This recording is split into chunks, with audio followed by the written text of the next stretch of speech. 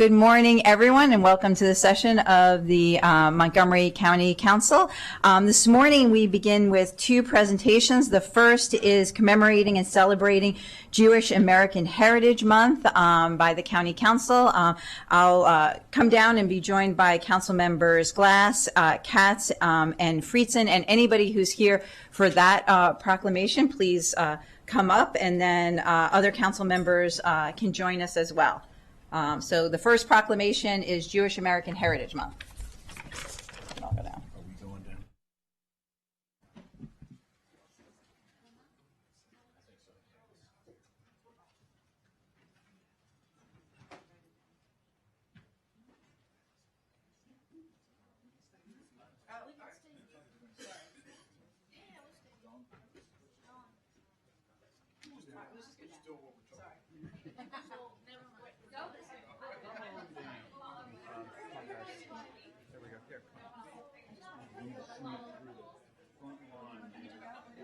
Right here, front and center. All right, my apologies, everyone. It's only Tuesday of a long week. So anyway, I'm just so glad that we're all here today to recognize Jewish American Heritage Month. As you all know, last Tuesday we recognized Holocaust Remembrance Day. And it was a solemn day where here at the council, we joined together to remember and honor the 6 million Jews who were murdered during the Holocaust and those who survived. And today we want to come together because it's important that we celebrate Jewish American heritage as well as have those solemn moments, because the contributions of our Jewish community is so great here in Montgomery County. Here in Montgomery County, we have this the largest Jewish population in the state, and we are very proud of that. And we want to celebrate these moments because our Jewish community, contributes so much through education, our nonprofits, through social justice activity, and it is through the Jewish values of repairing and charity that we really need right now in our community and throughout the world. And so today we want to lift up our Jewish American community and celebrate. And I'm just so glad we are joined by so many people here in our community who do such great work. And I'm going to turn it over now to Councilmember Friedson, Glass, and Katz to say a few remarks, and then we have some speakers. Thank you. Thank you, President Stewart. It is an honor to be here to celebrate Jewish American heritage this month. Last week, as noted, we commemorated Yom HaShoah. We spoke about the darkest chapter of the Jewish experience. And it's important as we acknowledge and commemorate and ensure that we instill that as part of our collective memory, that we also uplift the brightest moments of the Jewish experience. And we talk about not just a story of surviving some of the worst atrocities that we have seen in human history, but of thriving in our country, in our county, and in our community. We like to talk a lot about some of the famous stories, Gustav Braun and Old Bay seasoning, for those keeping score. Old Bay seasoning is certified kosher. The shellfish it goes on, not so much. We can talk about the successes of a community that has grown from just about 200 families after World War II to over 100,000 Jewish residents in Montgomery County, comprising 10% of our population. And we could talk about the business and the charity and some of the other successes that we have seen in academia and in law. But I think it's most important to talk about how our Jewish community in Montgomery County has been a core part of the social safety net of living out Montgomery County values and living out Jewish values each and every day. The Jewish Social Service Agency, the Jewish Council for the Aging, the Jewish Community Center, the Jewish Coalition Against Domestic Abuse, Main Street Connect. the now Macomb, which used to be the Jewish Foundation from Group Homes. There is not a single area of our community and our county in the nonprofit social service sector that the Jewish community hasn't been a leading part of over the last 70 years in Montgomery County. And that is a great source of pride for me as a Jewish Montgomery County lifelong resident, and it should be a great source of pride for all of us. So today we lift up and we talk about the light of the Jewish community, a time of growing anti-Semitism. The best way to fight it and combat it is to ensure that we are uplifting the greatest contributions and the successes of the Jewish community here in Montgomery County and throughout our country.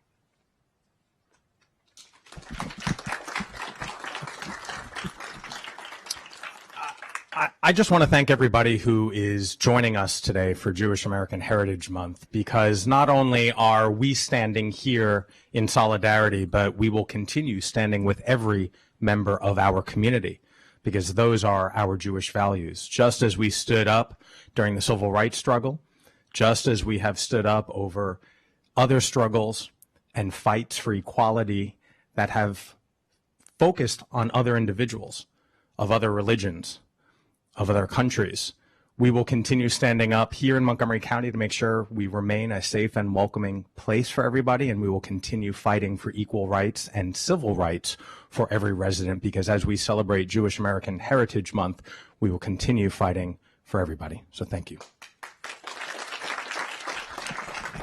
Well, good morning. I mentioned upstairs that I really should have learned years ago to not follow my colleagues because they've said it all, though I'm going to say a little bit more.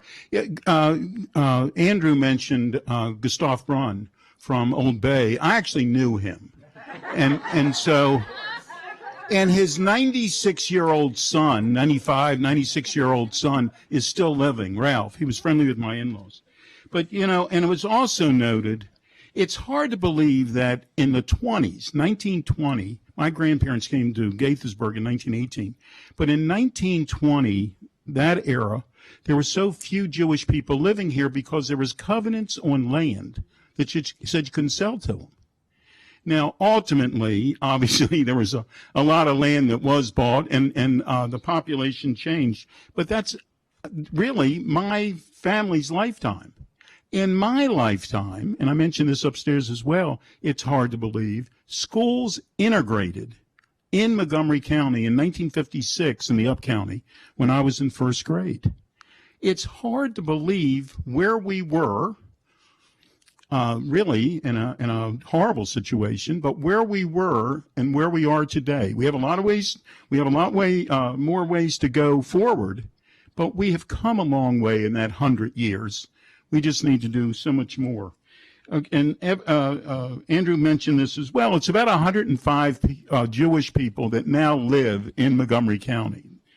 And of course, the perseverance, hope, and faith of the Jewish community has reminded us of the tragedies of with the Jewish people live on. But the Jewish community needs all communities, just like every other community. I always say a community is a family. The Jewish community needs all communities to stand together to make certain that our neighbors and our families and our friends remain strong.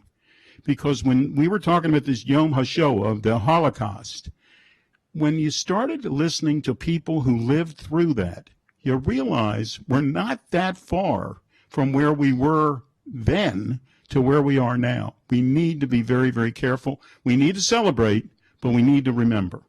Thank you very much. Thank you so much to my colleagues for those words. And we have many members of the Jewish American community with us today. And we want to be joined now by Rabbi Glazer, who's going to share a few words with us. Rabbi? Thank you. I'm very honored and delighted to be here today on the occasion of the Council recognizing Jewish American Heritage Month, and to have a chance to be here with so many of my colleagues and the Jewish community's partners in this community. As a representative of Or Kodesh congregation, the oldest Jewish institution in Montgomery County, I am also delighted to share there is no way I could list all the Jewish organizations, institutions, and synagogues that now exist in this amazing and diverse community of Montgomery County. Rav Moshe Feinstein once wrote in 1984, on reaching the shores of the United States, Jews found a safe haven. The rights guaranteed by the United States Constitution and the Bill of Rights have allowed us the freedom to practice our religion without interference and to live in this republic in safety. A fundamental principle of Judaism is Hakarat HaTov, recognizing benefits afforded us and giving expression to our appreciation. And we do appreciate our community in Montgomery County, Maryland, and in the United States of America. Many years ago, I was at the council proclamation celebrating the faith communities and the interfaith work in Montgomery County, Maryland. And on the way out, a television reporter, put a microphone on my face and say, "Talk to me about anti-Semitism." And I said, "We certainly need to talk about anti-Semitism, but today, I would love to talk about the way the faith communities are coming together to work together to create an amazing community here in Montgomery County." And he said, he looked at me, he paused again, and he said, "If you want to get quoted, talk about anti-Semitism." And he walked away. Oy. Right. We thrive in Montgomery County because we work together. And we do need to talk about anti-Semitism, and we need to work together to combat anti-Semitism. And we do that together. This incredible diverse community here in Montgomery County, by coming together and working together, we all support one another. This is not something that we can do on our own, none of us. Right. Eboo Patel in Sacred Ground writes, "Where diversity is a fact, pluralism is an achievement. It means deliberate and positive engagement of diversity. It means building strong bonds between people from different backgrounds." And that is the gift we are given here in Montgomery County as the Jewish community comes together with other communities so that we can create the strongest, proudest, most significant force in America, which is a group of individuals who work together to build our community. George Washington wrote in a letter to the Hebrew congregation in Newport, Rhode Island in 1790, "It is now no more that toleration is spoken of as if it was by the indulgence of one class of people that another enjoyed the exercise of their inherent natural rights. For happily, the government of the United States, which gives to bigotry no sanction, to persecution no assistance, requires only that they live under its protection and should demean themselves as good citizens in giving it on all occasions their effectual support." We understand that that's an aspirational comment, right? We have not achieved a country that gives to bigotry no sanction and to persecution no assistance. But it is an aspiration, and it is an aspiration for all of us. And continuing in that letter, "May the Father of all mercies scatter light and not darkness in our paths, and make us all in our several vocations useful here, and in its own due time and way everlastingly happy." Thank you, Rabbi Glazer. You know, as we were thinking about today, the proclamation for Jewish American Heritage Month, as the Rabbi said, Or Kodesh is one of our oldest Jewish communities here in Montgomery County. So we need to look at the history, but we also need to look at the present and the future. And so it's so important that we have Samuel here, who is a senior at Kennedy High School, and he is here to share some words. He is an ambassador for JCRC of Greater Washington's student-to-student program, and he's going to provide some remarks for us this morning.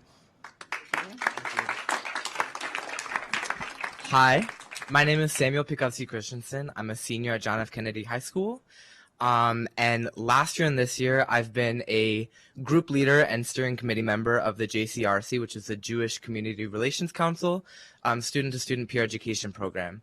So what we do is we go into different schools and different communities within Montgomery County and also in DC and Virginia to basically provide presentations about what it's like to be a Jewish teen in Montgomery County.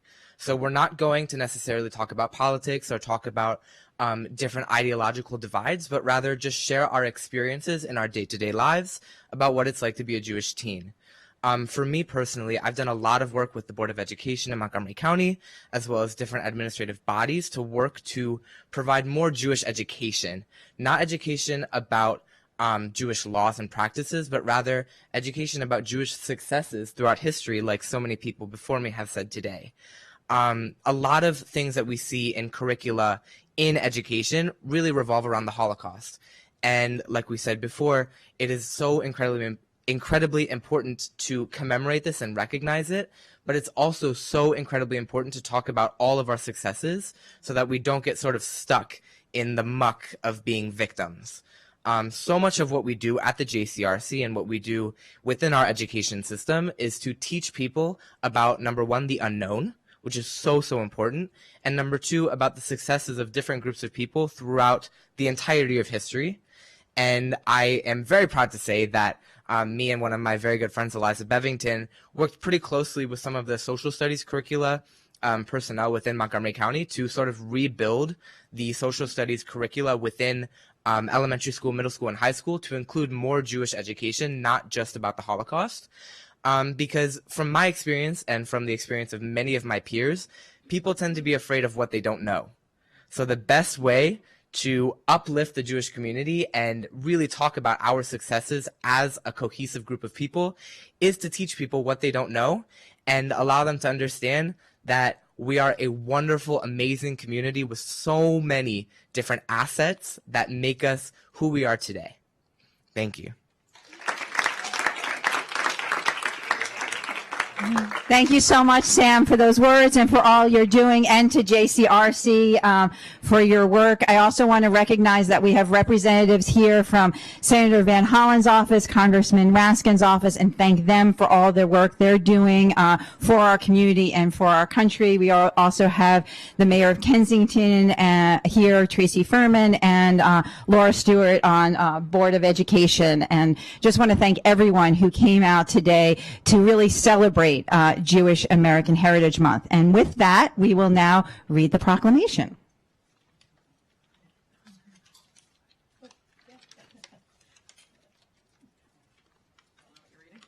All right. All right, I will start. Whereas Jewish American Heritage Month originated in 1980 when Congress passed a resolution which authorized the President of the United States to issue a proclamation designated April 21st to 28th, 1980 as Jewish Heritage Week, and whereas since 2007, every U.S. president has issued proclamations for Jewish American Heritage Month, encouraging all Americans to learn about Jewish heritage and the contributions of Jewish Americans to the United States, and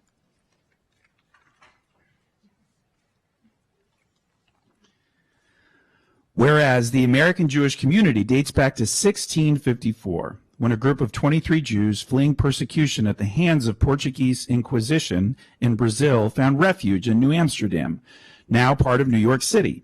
Today, the American Jewish community has grown to approximately 7.6 million people, which represents more than 2% of the total U.S. population. And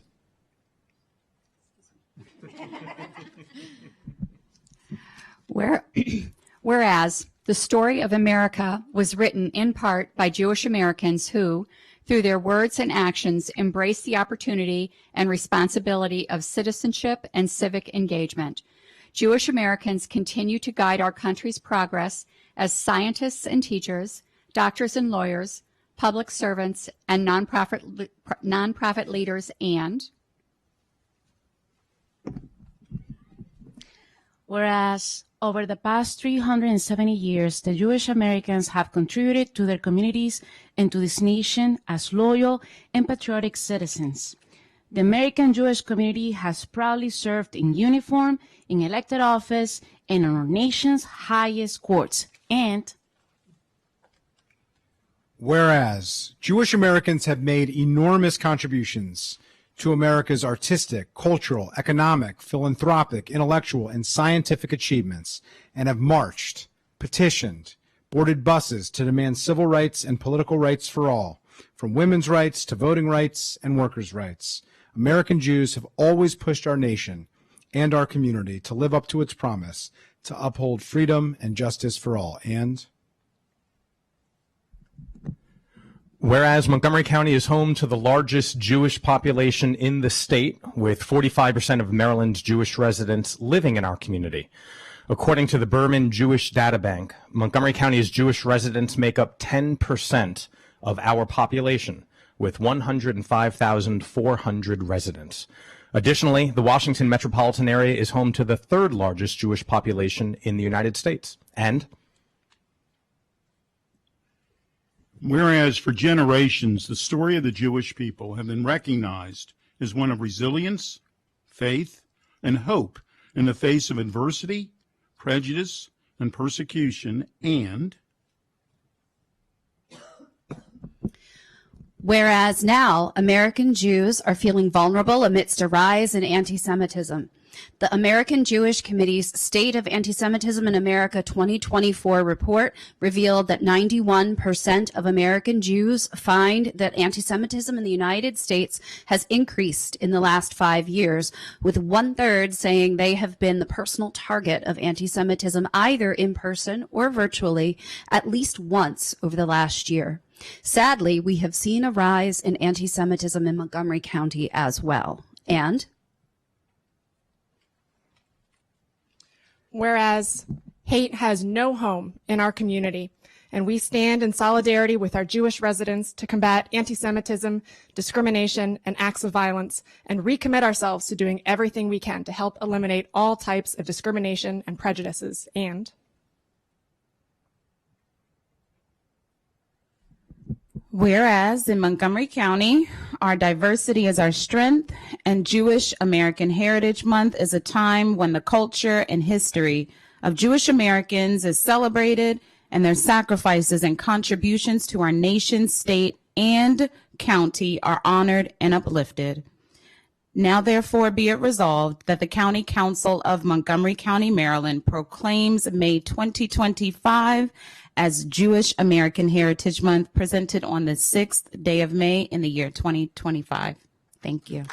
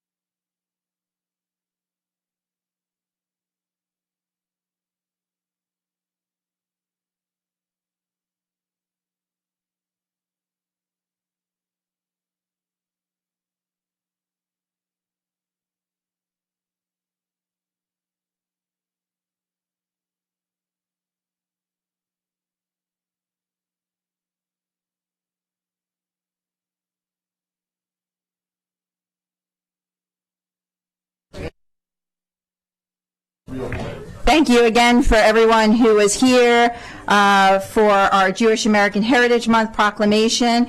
Next, we have a proclamation recognizing Public Safety Appreciation Day by the Council's Public Safety Committee with the County Executive.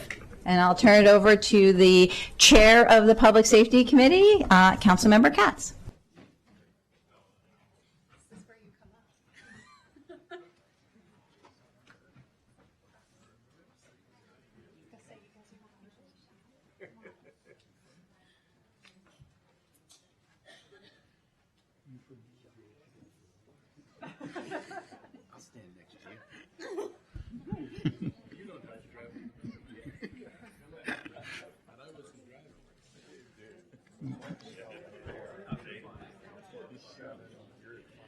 This is a day that you don't want to call somebody chief because everybody comes down. I mean, it's like calling mom in a grocery store. We're all good? We're getting down here? Well, the Public Safety Committee is pleased to recognize Public Safety Appreciation Day. And quite candidly, it needs to be every day in Montgomery County. On this day, we pay tribute and express our gratitude to all public safety professionals, firefighters, police officers, paramedics, dispatchers, emergency management teams, corrections, and countless others who work tirelessly to keep our community safe. A safe community is important as it allows their families, friends, and neighbors to live, work, worship, play, and thrive in a community. A career in public safety is a calling that demands great sacrifice. They work long hours and in difficult conditions. Moreover, every day they and their families share in that sacrifice to protect the people of our county. When flooding devastates parts of Kentucky, Montgomery County's public safety professionals joined Maryland Task Force 1. They worked around the clock, helping to rescue stranded Kentucky residents from high waters and assisting other emergency workers to help those in need. A few members of the task force came across a house fire and jumped into action to rescue the family and pets, as well as to control the scene until local firefighters arrived. Closer to home, our innovative Drone as First Responders program has transformed how we protect our residents. The program uses unmanned aircraft systems to respond to 911 calls for service. The live video feed provided by the drones helps officers assess the situation and develop an appropriate response. Since the program launched in 2023, more than 2,000 flights have taken place. The program now covers downtown Silver Spring, Wheaton, Glenmont, Gaithersburg, Montgomery Village, and Bethesda. Every day, first responders go above and beyond, whether it's a paramedic, comforting a frightened family patient, a 911 dispatcher calmly guiding a caller through a crisis, or a police officer's compassionately de-escalating a tense situation. These moments, often unseen, define your untiring service. The Council will continue to work hard to provide support and resources for you to do your jobs effectively. In closing, I would like to thank you for your unwavering service and the many ways you protect us every day. You answer the call of duty at all hours of the day and night. We appreciate you more than words can ever express. What I'm going to do is ask the other members of the Public Safety Committee, Councilmember Lukey and Mink, and I'm doing that in alphabetical order, I want you to know, to come forward, and then we'll ask the county executive to say a few words, and then we're going to read a proclamation. You didn't know that we were just joking during the last proclamation because it's KLM. And so we know the Public Safety Committee kind of goes in a certain order, not just for public safety related things, but that's just how we are alphabetically. So thank you.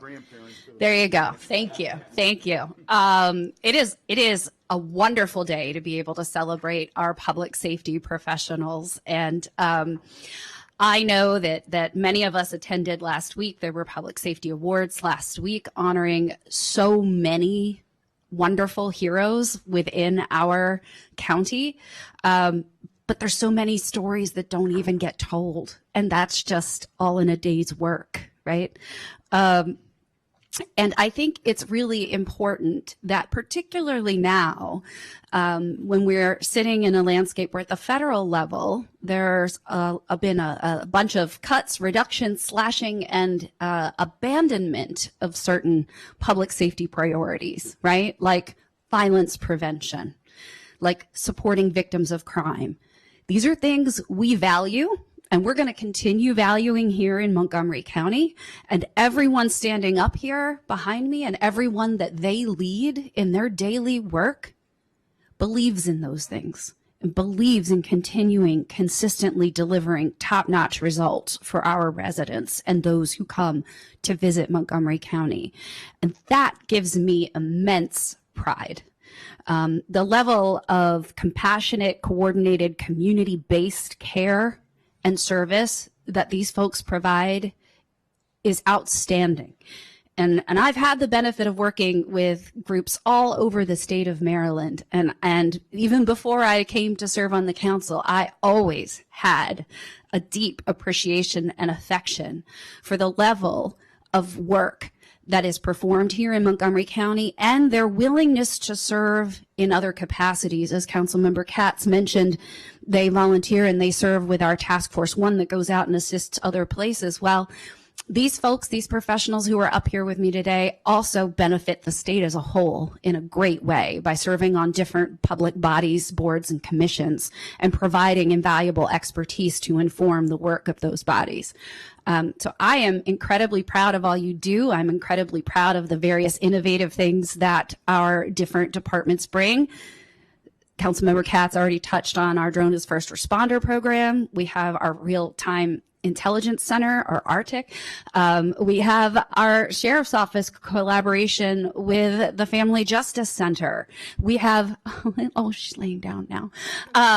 But we have one of our court therapy dogs here as well. We have our mobile crisis team. We have Mobile Med within MCFRS. And we have our blended career and volunteer fire service that collaborate to bring the best forward every day. We have our emergency call center professionals. And I want you to think about these folks, not just in the amazing work they do, but my ask of the public is to remember that they are people, just like you, just like me, and that these days are long and hard and stressful. And I want you to visualize what they have to do and what they have to bring to the table and what they have to see day in and day out in the performance of their duties. And then remember to say thank you and remember to say, I get it. You're human too. All right. With that, I celebrate you all and thank you all for coming today.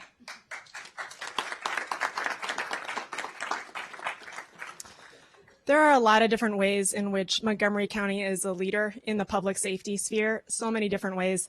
And, we've talked about the crisis center, about how, as an integral part of our public safety infrastructure, we have civilians, we have social workers, we have peer counselors, in addition to our, to our police force and our fire safety and EMS, that we really take a holistic approach here in Montgomery County and serve as an example for so many other jurisdictions. But as things are unfolding at the federal level, there are other ways that are on my mind quite a lot about ways in which Montgomery County is a leader in this space. We are seeing in other jurisdictions where there are police forces, local and state, who are working with ICE to go after residents for immigration purposes, for folks who have not committed crimes. We are seeing, I just read a news story just recently about, not in this area, but about a resident who was hesitant to call 911 when having a medical emergency because they're a Spanish-speaking family. And so now they're scared to call 911 where they live. And I was thinking about Rabbi Glazer's words about how in moments like this, We make it through by being united, by all standing together, by functioning as a team with shared values, and having policies that echo those values. And that is what we're doing here in Montgomery County as a matter of our values and as a matter of policy. And for that, I'm also so grateful to be here in Montgomery County with the folks that we have in our leadership positions in public safety and on the ground. We know that our residents can safely call 911 for help and for service. We know that truly all residents are here to be served. It's not everywhere that you can have, just not too long ago, we had some fire rescue professionals who had worked with a tenant association to put together CPR classes just in the lobby as folks are coming into and out of their apartment complex, one of the most diverse complexes in my district, people speaking all different languages, and they were stopping to learn CPR and to get to know their fire rescue teams who serve them. And there were teens who speak several different languages who are now interested in learning more about how, as a young person, to get involved in that career track. So it's really exciting. It benefits the community in so many different ways. And this is the right way to be. And I thank you all very much for your service and for your values.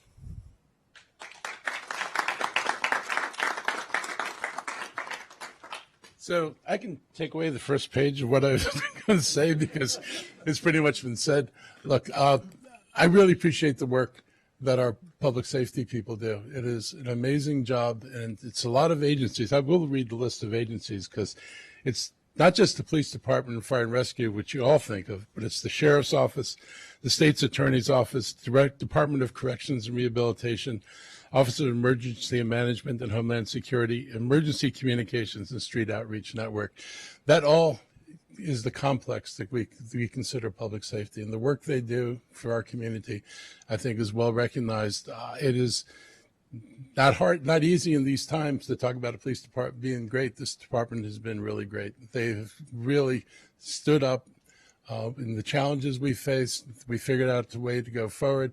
And they've been innovators. You know, a lot of times we think of the innovation comes from the government, but the police are continually looking for ways to make them more effective and give them the tools. And we've been willing to give them the tools because they can demonstrate that with the tools we give them, they're able to make our community safer. So it's good to have that kind of initiative taken by the department, and good to have officers who are thinking about how do we make this better. And I think that's true for all of our departments. They work really hard. They come whenever they're called. During COVID, they didn't get to stay home and work on their computers and do Zoom meetings every once in a while. There is no Zoom in firefighting. There's no Zoom in policing. You got to be there. And so our folks have always been there. So I just want to express my really deep appreciation for where we've gotten to, and the fact that we all have the strength to stand together and work together and to make a difference for the residents of the county. And people are noticing the downtick in crime. People are aware that places that they were not comfortable in before, they're more comfortable now. And that's one of the most important things we can do for people, is enhance their sense of security. So thank you.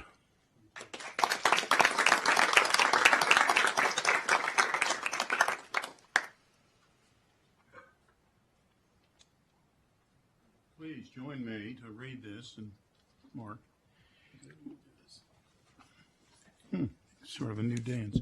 Whereas Montgomery County is proud to recognize our over 4,100 dedicated public safety professionals, including but not limited to those who serve in the Montgomery County Police Department, Fire and Rescue Service, State's Attorney's Office, Department of Correction and Rehabilitation, Sheriff's Office, Office of Emergency Management and Homeland Security, Emergency Communications, and the Street Outreach Network, who are dedicated to serving and protecting our community. And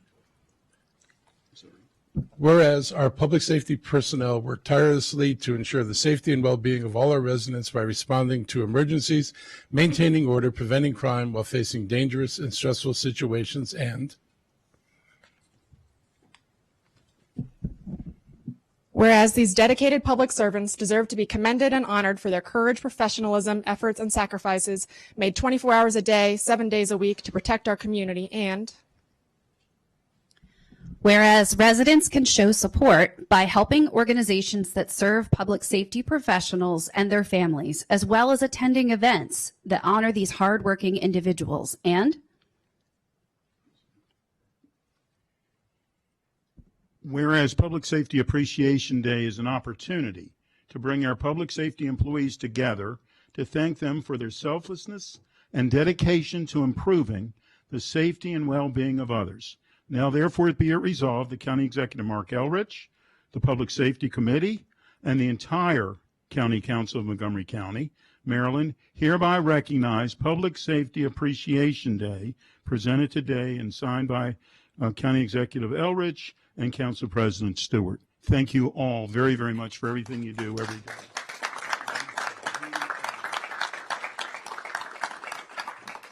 You're in the middle.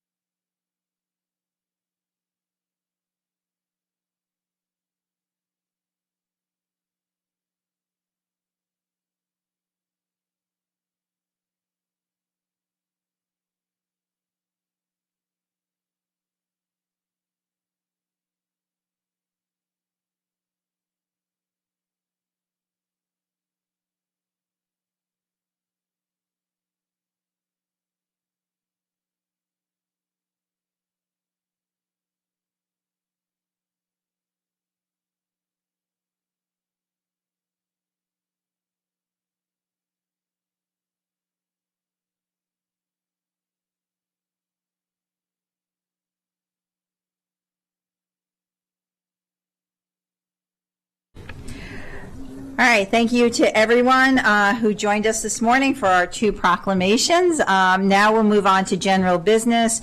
There are no announcements today, so we'll move on to the approval of minutes. The minutes from the April 1st, 7th, 8th, and 9th council sessions and June 12th, 2024 Great Seneca Master Plan Area Tour have been circulated to council members for review. Are there any objections to approving these minutes? Seeing none, these minutes stand approved. Next, we have our Legislative Day 12. There is one bill for introduction today. That is Bill 13-25, licensing and regulations generally, picnics, dances, soirees, and other entertainment. Amendments. The lead co-sponsors are Council Members Lukey and Friedson. I'll first turn to Council Member Lukey for comments. I'm laughing because I put a piece of bagel in my mouth. And I'm also giggling because you giggled when you said soiree. And really, I did not bring this bill forward simply because I wanted to have a bill that had the word soiree in the title. Yes, thank you. We like to say soiree. Anyway, we have had some challenges here in my district, in Councilmember Friedson's district, and let's be clear, even if we are able to resolve individual problems in a given piece of time, and I'm grateful for in this case, the action of our federal partners in my district in particular on this issue, but sometimes something that we have decided is unlawful or illegal has a remedy that isn't sufficient enough to deter the conduct. And that's the landscape we find ourselves in here, which is to say these commercial parties for profit at private homes, there's already law here that prevents that or says that is unlawful and it must require permitting of different kinds. These folks aren't getting permitted and there's no reason for them to do so when the stick is not nearly big enough to deter the conduct, which brings in a lot of money, right? And so this was a carefully crafted step to try to make sure that we are taking significant action to deter that conduct by increasing the fine for such conduct from $500 to $5,000. We added a zero, right? That is a significant hit and will make you think twice before you are engaging in this kind of conduct. And I am very appreciative to, and I'm going to get it right today, I did have coffee, Mr. Ogorzalak, for his assistance in working through this and making sure we tweaked it enough to fit the need. I want to thank also our county attorney's office for their ongoing collaboration on these issues, the police department, who had worked with me so well in the situation in my district. And with that, I want to turn it over to my co-sponsor, Councilmember Friedson. Well, thank you to Councilmember Lukey for your leadership. Thank you to Mr. Ogorzalak and the county attorney. And thank you to Delegate Linda Foley, who's been a really significant champion for these issues. The reality is we have a law that has been on the books that has tried to stop these type of unlicensed commercial promoted parties, but haven't worked. And the reality has been these promoted commercial events that are at times sexually explicit. One promoted as the Wet Dreams Party in my district, where over 1,000 people paid to attend with full-on bottle service and other activities, turning a home into a promoted nightclub in the middle of a residential community, causing all kinds of disruption. And the reality is the punishment that we had on the books, $500 fine, didn't come close to preventing the behavior, because the upside to carrying out these parties was so financially lucrative that paying the minuscule fines really didn't mean a whole lot. And so what we've tried to do here is to carefully tailor a legislative measure to ensure that we're actually providing the tools needed for our enforcement efforts to work, so that we prevent things that shouldn't happen, prevent things that we've said we won't allow to happen, but unfortunately based on the law that we had on the books, the dangerous and disruptive activities did not match the negative impacts that they were creating with the punishments that we had on the book. So this is about safety and well-being of Montgomery County families. This is about addressing something that we have tried to stop but have not successfully been able to do so. And this is an effort to make sure that we are responding to what has been an obvious need in our community. So really appreciate us moving forward with this, and just think it will be an effective tool for our public safety professionals and enforcement teams to be able to address something that we have tried, but up to this point have not been successful in addressing because our legislative measure was not meeting the need of our community. Great.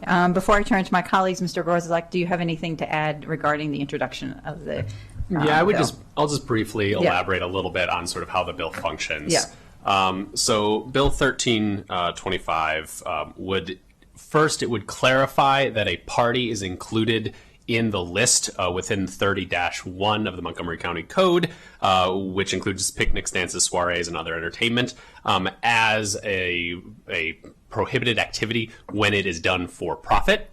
The second thing that the bill does is that when that prohibited activity occurs as residential property, it increases the fine from its presently actually 30-1, the fine is actually $25. This statute actually comes from 1916 and has not been updated since 1965.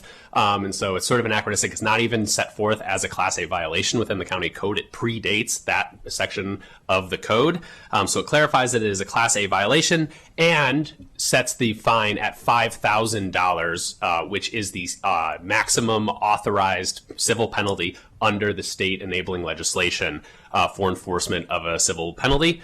The section also highlights enumerates three sections of the code: 31B5, which deals with noise level and noise disturbance violations; 59316, which deals with commercial activity pool rental, alcohol service, and entertainment venue unpermitted in the zone, as well as 593510, which is the failure to obtain necessary conditional use approval to operate outdoor recreation and entertainment facility or operation of a prohibited indoor recreation and entertainment facility. And for each of those 3 violations, when they occur within the same occurrence as the 30-1 violation at a residential property, the fines for each of those 3 violations would also be increased to $5,000 each. Terrific. Thank you for that. Councilmember Albornoz. Thank you. Appreciate my colleagues for introducing this. I'm very familiar with this issue. This actually used to be an occurring problem within county and municipal buildings from people who would rent properties misrepresenting what the event was and then causing all sorts of havoc within the community. And so this was addressed at the county and municipal level. It makes all the sense in the world to extend it to our community level as well. And I think this will definitely help. I'd like to be listed as a co-sponsor. Thank you. Councilmember Balcom. Thank you. I'd like to be listed as a co-sponsor as well. Yep, and we had this issue at the municipal level, so Mr. Gorsuch, could you list me as a co-sponsor as well? That'd be great. All right, not seeing any other, Councilmember Glass, snuck in. I thought Councilmember Katz was in the queue. I'd like to be listed as a co-sponsor. All right, and Councilmember Katz is now in the queue. Thank you. As introduced by Councilmember Glass. And I'd also like to be co-sponsor. Great. Terrific. Thank you very much for that. This bill is now introduced. The council will now sit as the district council for the introduction of zoning text amendment 25-06, vehicle service filling station. Lead sponsors are Council Members Meek, Friedson, and Council Vice President Giwando. A public hearing is scheduled for June 10th, 2025 at 1:30 p.m. Mr. Dew, I will turn it over to you. Good morning. So currently in the zoning ordinance, a filling station that dispenses at least 3.6 million gallons per year must be 500 feet from certain uses, residences, recreation, entertainment, environmental areas. What this ZTA will do is clarify that you measure from the fuel dispenser rather than the lot line or the canopy or any other part of the lot. The ZTA will also clarify that if a residence or other use is built within that 500 feet after the filling station is approved, the filling station will not become a non-conforming use, because if it did, that would mean that it could not expand. Terrific. Seeing no one wanting to speak, this ZTA is now introduced. The second item for the District Council's consideration is introduction and action on a resolution to extend the deadline for council action on local map amendment H-156 regarding the property located at 7501-7515 Standish Place, 7519 Standish Place, 7529 Standish Place, and 7609 to 7623 Standish Place in Plat Book 118 as plat number 13905. Move it to July 29th, 2025. Ms. Nadeau, if you have any comments on this? So usually when an LMA is received by the District Council from the Office of Zoning and Administrative Hearings, OZA, we have 60 days to issue a resolution and opinion due to, one, being on recess when that timeline comes, and of course being very busy with budget. The idea here was to extend till the last date before the August recess, which of course does not mean that you have to wait till then to take up the LMA, but the resolution will give you that extra time to work on it. Terrific. So now I will entertain a motion to adopt this resolution. Do I have a motion? Councilmember Balcom moves. Councilmember Friedson, a second. All those in favor, please raise your hand. And that is unanimous. Thank you very much, Ms. Nadeau. Next, item number 3 is the consent calendar. I will entertain a motion to approve the consent calendar. Council Vice President Giwando moved. Council Member Friedson second. All those in favor, please raise your hand. And that is unanimous. We are now moving on to item number 4, and this includes our work sessions on the FY26 operating budget and amendments to the FY25 to 30 capital improvements program, as we did with the budget work sessions yesterday.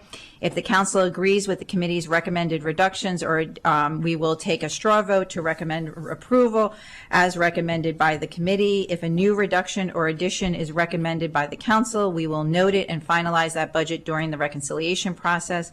As a reminder, all reductions and additions are tracked against the executive's March 14th recommended operating budget, and we did get a bunch of amendments sent over on April 24th that if the committees did not have the opportunity to take up, we will take up as a full council. The first item we're doing is the Office of the Inspector General. Thank you, Ms. Lamarzi, for being here. The Government Operations and Fiscal Policy Committee met and reviewed the budget for the Inspector General's office. As always, we noted the excellent work and how fortunate we are here in Montgomery County to have a strong Inspector General's office.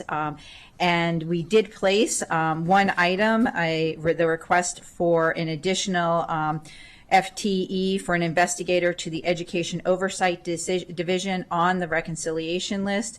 I'll turn it over to Ms. Lamarzi to talk about the work she's done, and particularly in the Education Oversight Division. One of the reasons that the committee voted unanimously to put this on the reconciliation list is, as we've been talking about, the tight budget that we are facing, and as we noted yesterday, the impacts if we do have to have saving plans in the near future, really carefully thinking about the addition of any new FTEs at this point, and the potential of waiting until mid-year when we know more about the fiscal situation. And so that was the decision of the committee to place this on the reconciliation list. But I'd like to turn over to Ms. Lamarzi if she'd like to add anything.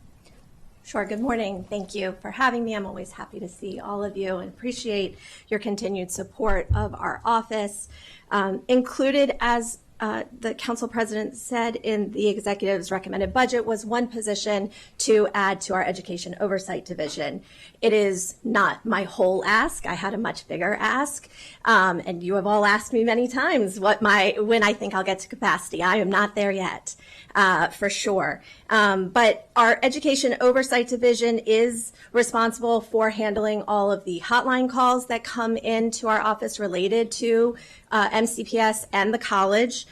They do investigations. Every call that comes in does require some sort of work on it. We do need to follow up. We need to talk to people. We may need to make a recommendation, a referral. We may open a full investigation. It is work that takes time.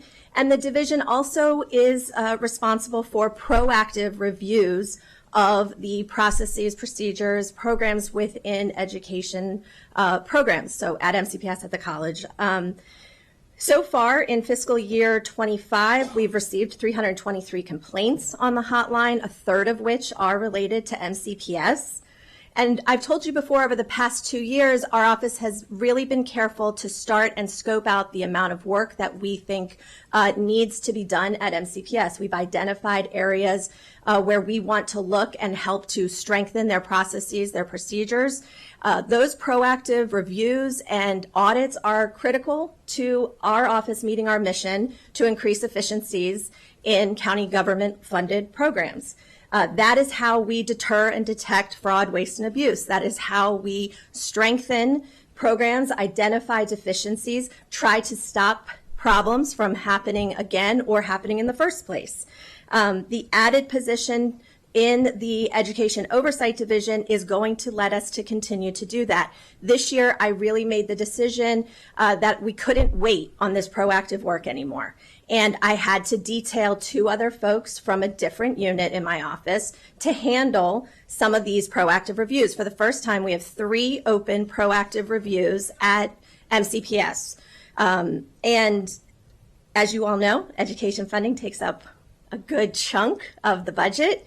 Currently in my office, I have 14 people looking at county government.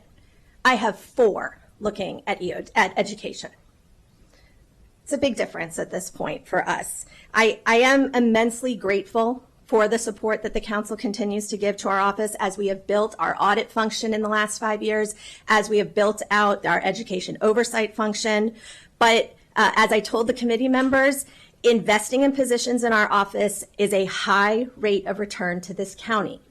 That we have identified and reported on over $21 million in questionable costs in fiscal year 24 and 25. We noted $19,000 in theft. And in just this fiscal year, 25, we identified over $600,000 in missed opportunities to collect revenues and fees. And it's apropos that I'm here when that bill was just introduced, because short-term rentals was a project that we did.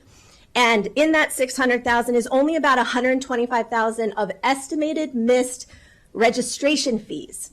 It's not counting the missed tax revenue that the county could have collected. So my $600,000 number is very conservative at this point for this year. The programs that we've looked at in the last 2 years are valued at over $300 million. You are not getting that service, that return from probably most any other of the offices.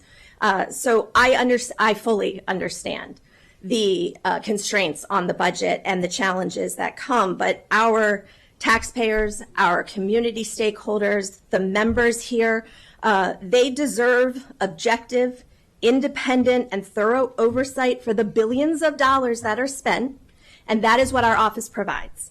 And I simply ask for your continued consideration of the value that we add to this county as you are making decisions about the budget, and I'm happy to take any questions that you have. Thank you very much, Ms. Lamarzi. Council Vice President Joando.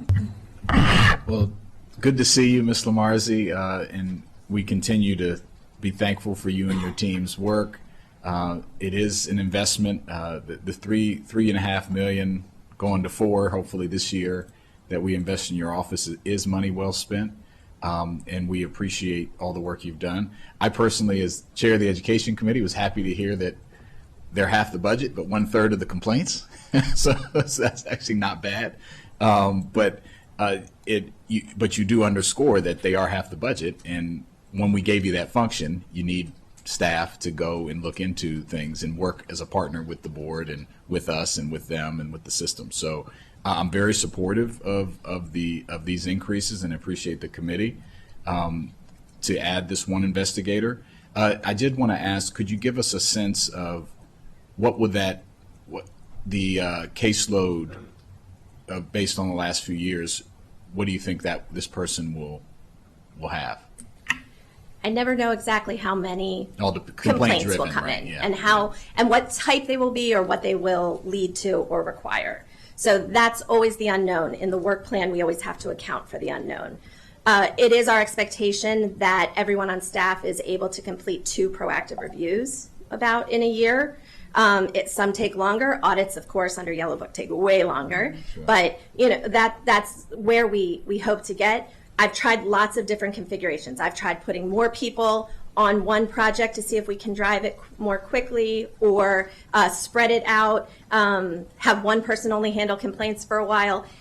It's always a work in progress. We're in government, we're public employees, we all have to be creative and think out of the box and how to stretch the public dollar. So I'm always working to do that. It's hard for me to give you an exact number of what it looks like. Well, I appreciate that. I know this is a small increase, but a needed one, and one that'll add value. So thank you very much for all your work.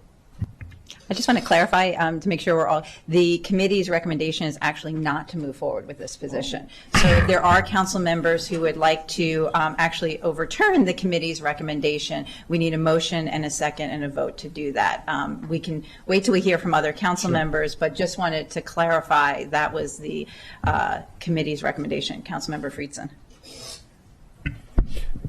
Appreciate it. Well, first of all, I've said before, I'll say again that our only currency in public life is public trust, and your office and you at the head of it are really at the center of that public trust, ensuring that the taxpayer dollars that we're investing are being handled in a responsible and appropriate way. Of all the things that I have done on the council, I think the efforts to expand the role of the Office of Inspector General and improve and enhance our ethics laws, I think, are some of the most important. And the thing that I am most proud of and that I have seen the greatest clear documentable benefit from, because the work that you have done has just been tremendous, and you have shown us what can happen with the right level of investment. I understand the tough dynamics, and we have expanded the office quite a lot. We also have put a lot of pressure on you, so I will yield to the will of colleagues of where we go. But any support that we provide your office, we have proven that to be a very wise and important investment.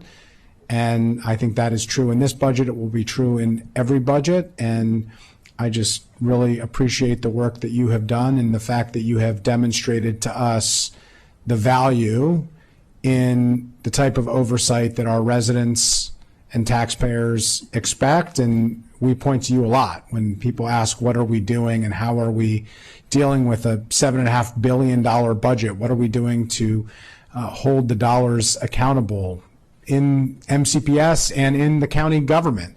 And we turn to you and we say our Office of Inspector General is doing better work than has ever been done before, as we have doubled and tripled down on providing the type of oversight that we expect and that we know that our residents and taxpayers expect. So I appreciate that. I am always here to support in any way that I can. Obviously, we always face some difficult budget challenges and questions, but I will just say, as I have said before, that any additional investment that we can make and any expansion in personnel or resources that we have provided, you have paid back to the county many-fold over. So appreciate that.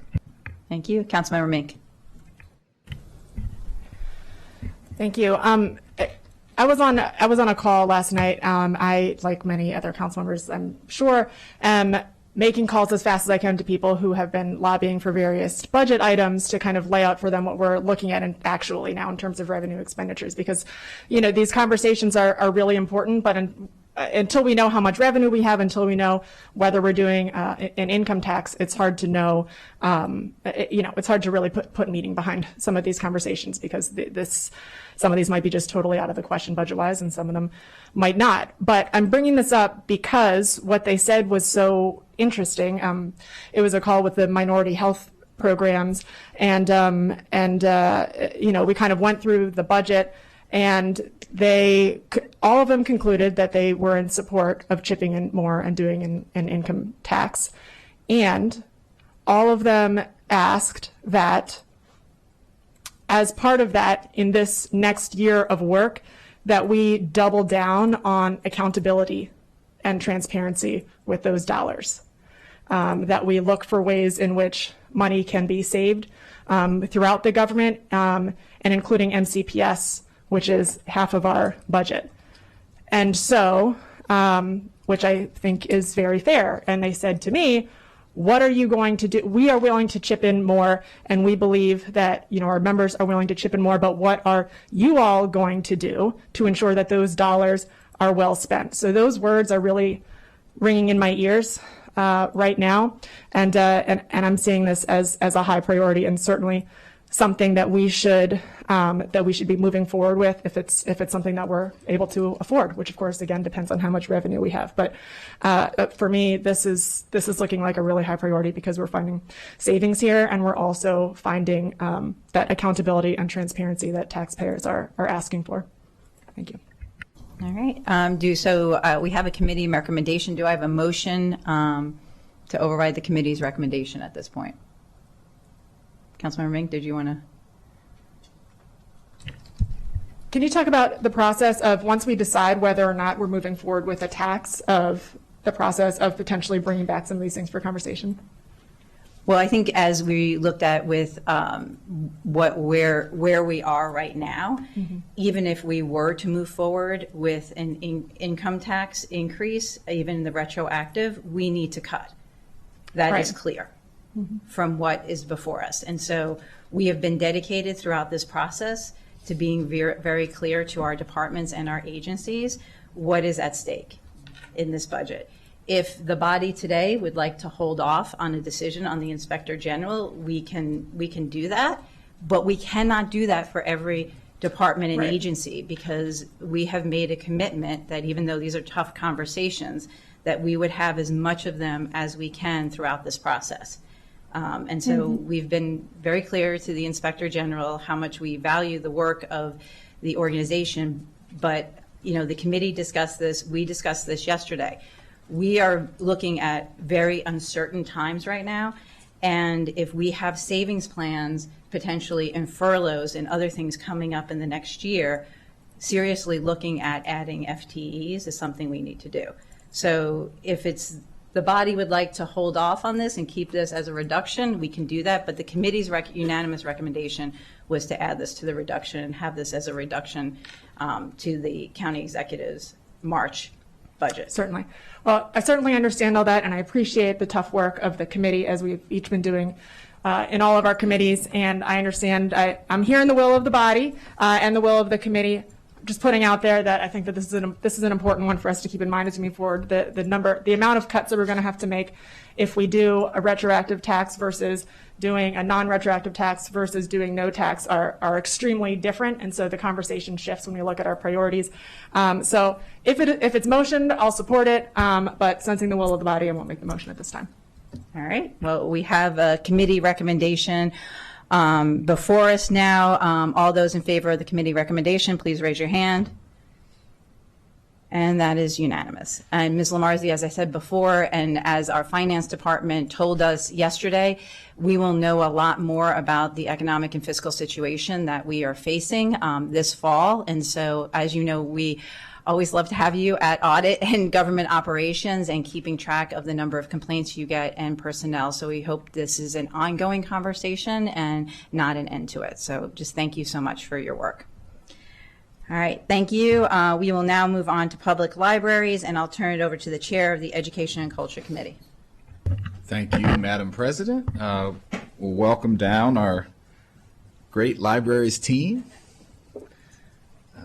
and our new-ish director. I feel like that should be a show, new-ish. I like the ish set of shows, but I haven't had them. So I'm pleased to share, and I see we have Mr. Ambinder as well, that the committee, the E&C committee, unanimously recommended approval of the county executive's proposed FY26 operating budget for Montgomery County Public Libraries, and it was totaling $54.9 million, and a 4% increase over last year, as well as both CIP amendments. And I'll just say this budget, this is a lean, mean, educating machine. Our public libraries, they address some community demand that's been on the rise, and I'll turn it to our director momentarily. But the targeted increases in this budget will help the collections, particularly the World Languages collection, where we've seen a very big demand on that, and that's $153,000 to expand World Languages, which was included in the county executive's budget, which we concurred with, so that residents can access materials in the languages they speak at home. And then $121,000 to maintain current levels of digital access, which continues to rise, which now comprises around 65% of all library access is online through Hoopla and other services. I will say we had a discussion in committee that you can only check out 5 things at a time for the entire month, and that was a reduction from 10. And there's accessibility and other concerns, whereas you can check out much more if you go physically to the library. So this isn't everything that we would want or based on demand, but it is where we are. I want to just commend MCPL for their continued work around racial equity and outreach and training and programming. And we also supported at the same session a $20,000 addition in state aid for the Clarksburg Library and a $1.15 million reduction in the 21st Century Library Enhancement Project that we were assured that MCPL can adjust that downwards without compromising modernization efforts. So with that, I'll turn it over to Mr. Ambinder to see if I missed anything or wants to lift anything up. Nothing to add, thank you. All right. Ms. Graham, would you like to say anything? Well, good afternoon, and thank you, Councilmember Jawando. Hello to all the council members, and I would just like to say it's officially 6 months. Been an exciting onboarding process, and I would like to thank you for all your continued support, as well as the County Executive Office and his team and our community members. Been very welcoming to me, and it's been definitely an enlightening experience in the last 6 months, so thank you again.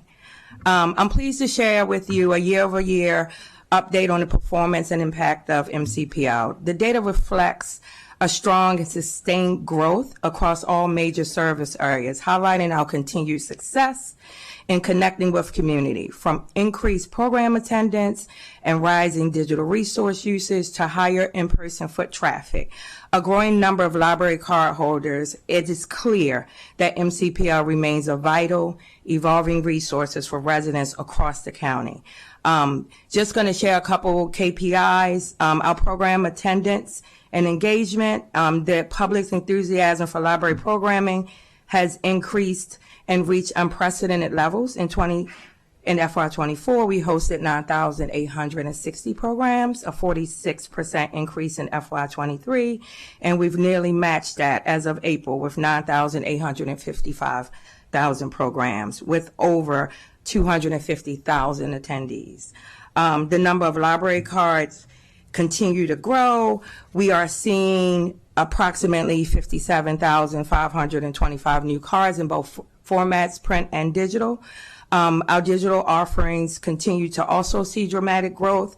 In FY24, our community members checked out 3.7 million in e-resources compared to 2.8 million in the previous year, and we're on track to exceed that number with 3.26 this fiscal year.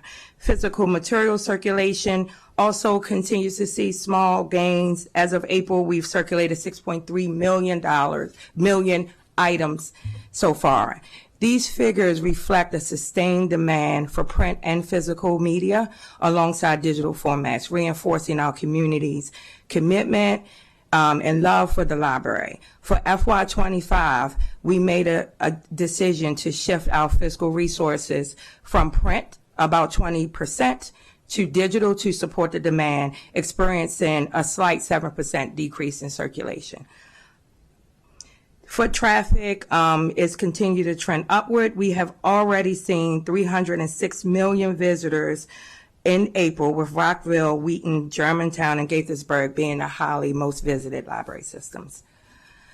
The upward trends across nearly every metric, attendance, collection use, and foot traffic, speaks to our effectiveness in connecting with our communities. And we want to thank you for your continued support of our work and our mission. Happy to take any questions. Turn it back to Madam President. Thank you. Thank you very much. I want to see if Councilmember Mink, our liaison for libraries, would like to say anything. Sure, yeah, just really appreciate the work of our libraries, of course, and just wanted to note that these are relatively small investments for a huge return on those investments for so many of our residents. The digital materials, I think it's really important to make sure that everybody hears that this doesn't even bring us back to where we want to be able to, in fact, would you like to speak to that? How many books folks are able to check out and what this gets us? Sure. Thank you for mentioning that. Unfortunately, we had to reduce the number of items that our community members can check out via our digital platform, Hoopla, from 10 checkouts a month to 5. And what our budget enhancement we're requesting is just to sustain that current level, not to increase back to 10. Right. So obviously we would like to do more, but we are where we are, and it's important, obviously, that we at least be able to maintain that 5. And then the world languages collection, incredibly important, as we have so many people who speak many different languages who we're attracting to our libraries with community events, with library-sponsored events, with new partnerships and collaborations that are being stood up. And as those folks go into the library collections to check things out, we need to make sure that we don't just have like old knockoff Disney magazines that are there for them. It's not appropriate. So I really appreciate the work that you all did to put this budget together and look forward to moving it forward. Okay, terrific. Councilmember Glass. Thank you, Madam President. Thank you for the presentation. I got Hoopla and Flipster on my phone. And so know the value of those programs. And just curious, you had noted that the software. The subscription was going from 10 down to 5. What percentage of library users utilize these different softwares? And even more specifically, how many max out? How many regularly, take out 10? Thank you for that question. I'm going to ask my collection management manager to answer that one. So the 10 was about, it was a few thousand every month we're hitting the max, and now those same users are hitting the 5, and we're getting emails about it a lot. We have tried to drive our traffic to our other services like Overdrive as well, but honestly they're not truly comparable services. The Hoopla has a lot of older materials that we may not have in print, so it actually fills a gap in our collection. I had someone asking for Regency romances the other day, and that's not something we typically buy in Overdrive because they're just not as available. But boy, Hoopla has done a great job of curating that collection, so I've referred a customer there. Hoopla, in addition, also has modern music. That's where you get your Taylor Swift fix. They also have video and TV shows. You can binge pass your great courses there. So we have a lot of Hallmark movies at Christmas time. Oh my goodness. So there's a lot of things that are available in Hoopla on demand instantly, so that if you can't get that book you're waiting for on hold with Overdrive, it's an on-demand service and it's right there ready to go.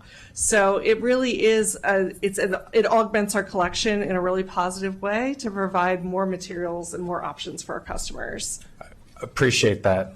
Again, that's why it's on my phone, because I'm not going to tell you which Taylor Swift album I'm listening to.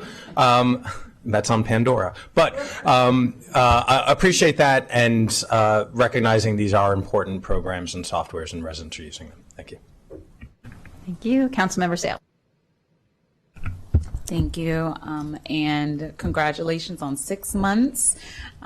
Just wanted to find out if there are any programs to encourage summer reading, and if you can share a bit about that. Absolutely. I'm going to ask Patrick from the Interim Assistant Director to share what we're doing for summer reading. Thank you so much for the question. So we are preparing for summer reading to start up. Our early registration begins May 15th. And in support of that, we're going to have kickoff celebrations at 3 of the branches, one up county, one mid county, and one down county on separate dates right after the end of school so people can come out and celebrate. We've been playing around with our format for that for the past couple of years. We used to have one big kickoff here in Rockville. Then we tried 6 in the different regions that the regional managers oversaw. So now we're going to do 3 and try and concentrate that. So we're really looking forward to starting those up. And I think it's going to be an awesome program this year. So are there goals for the kids? What are the... Yeah, there's 3 goals similar to the previous years. They're going to pass through each one, and we're working with partners in the community to celebrate art. And so for each one, we've got a partner that our Friends of the Library of Montgomery County is going to support as we get people through that gate. Oh, well, please share the information with us. We all have newsletters and want to encourage literacy across the community. So thank you. Will do. Thank you. Great. So I'll go first. I want to just say thank you, Director Graham, and for the whole team. It's been terrific. I'm very excited about all of the things happening in our libraries, and I can say that even just seeing the announcements and the programming that's going on and how you all are responding to this time is just so incredible. And I know before you had a lot on your plates, but the fact that you are making sure our libraries are not just a place people go for books and music and movies and TV shows, but to also access resources. It is a community space, and just thank you for really leaning into that and expanding it during your short time here already, and the entire team. I think the World Language Collection, as noted in our packet, thank you, has been on the list for the library, and I'm glad the committee recommended it this year, because I can't think of a better time to really move forward with this. As we're seeing so many things under attack in our communities, making sure that our residents have the resources in multiple languages is so important. I did have a question on the digital materials. I guess I'm curious if we have Libby and we're talking about Hoopla and we're leaning into expanding the Hoopla, do we keep Libby, or is there, like, how do they work together? Absolutely. Yes, we do keep both. Yeah. I think they support and complement each other, but unfortunately with Libby, there's a wait and there's a hold. Yeah. With Hoopla, it is instantaneous. Okay. And that's kind of why we're seeing a huge uptick in that. And I would also like to think we're just seeing our usage rise just because the instability of what's happening in our country.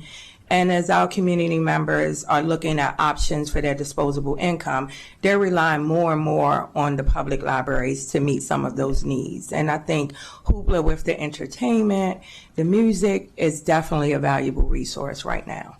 Great. Well, I do have Libby on my phone too, so I'm going to have to get Hoopla.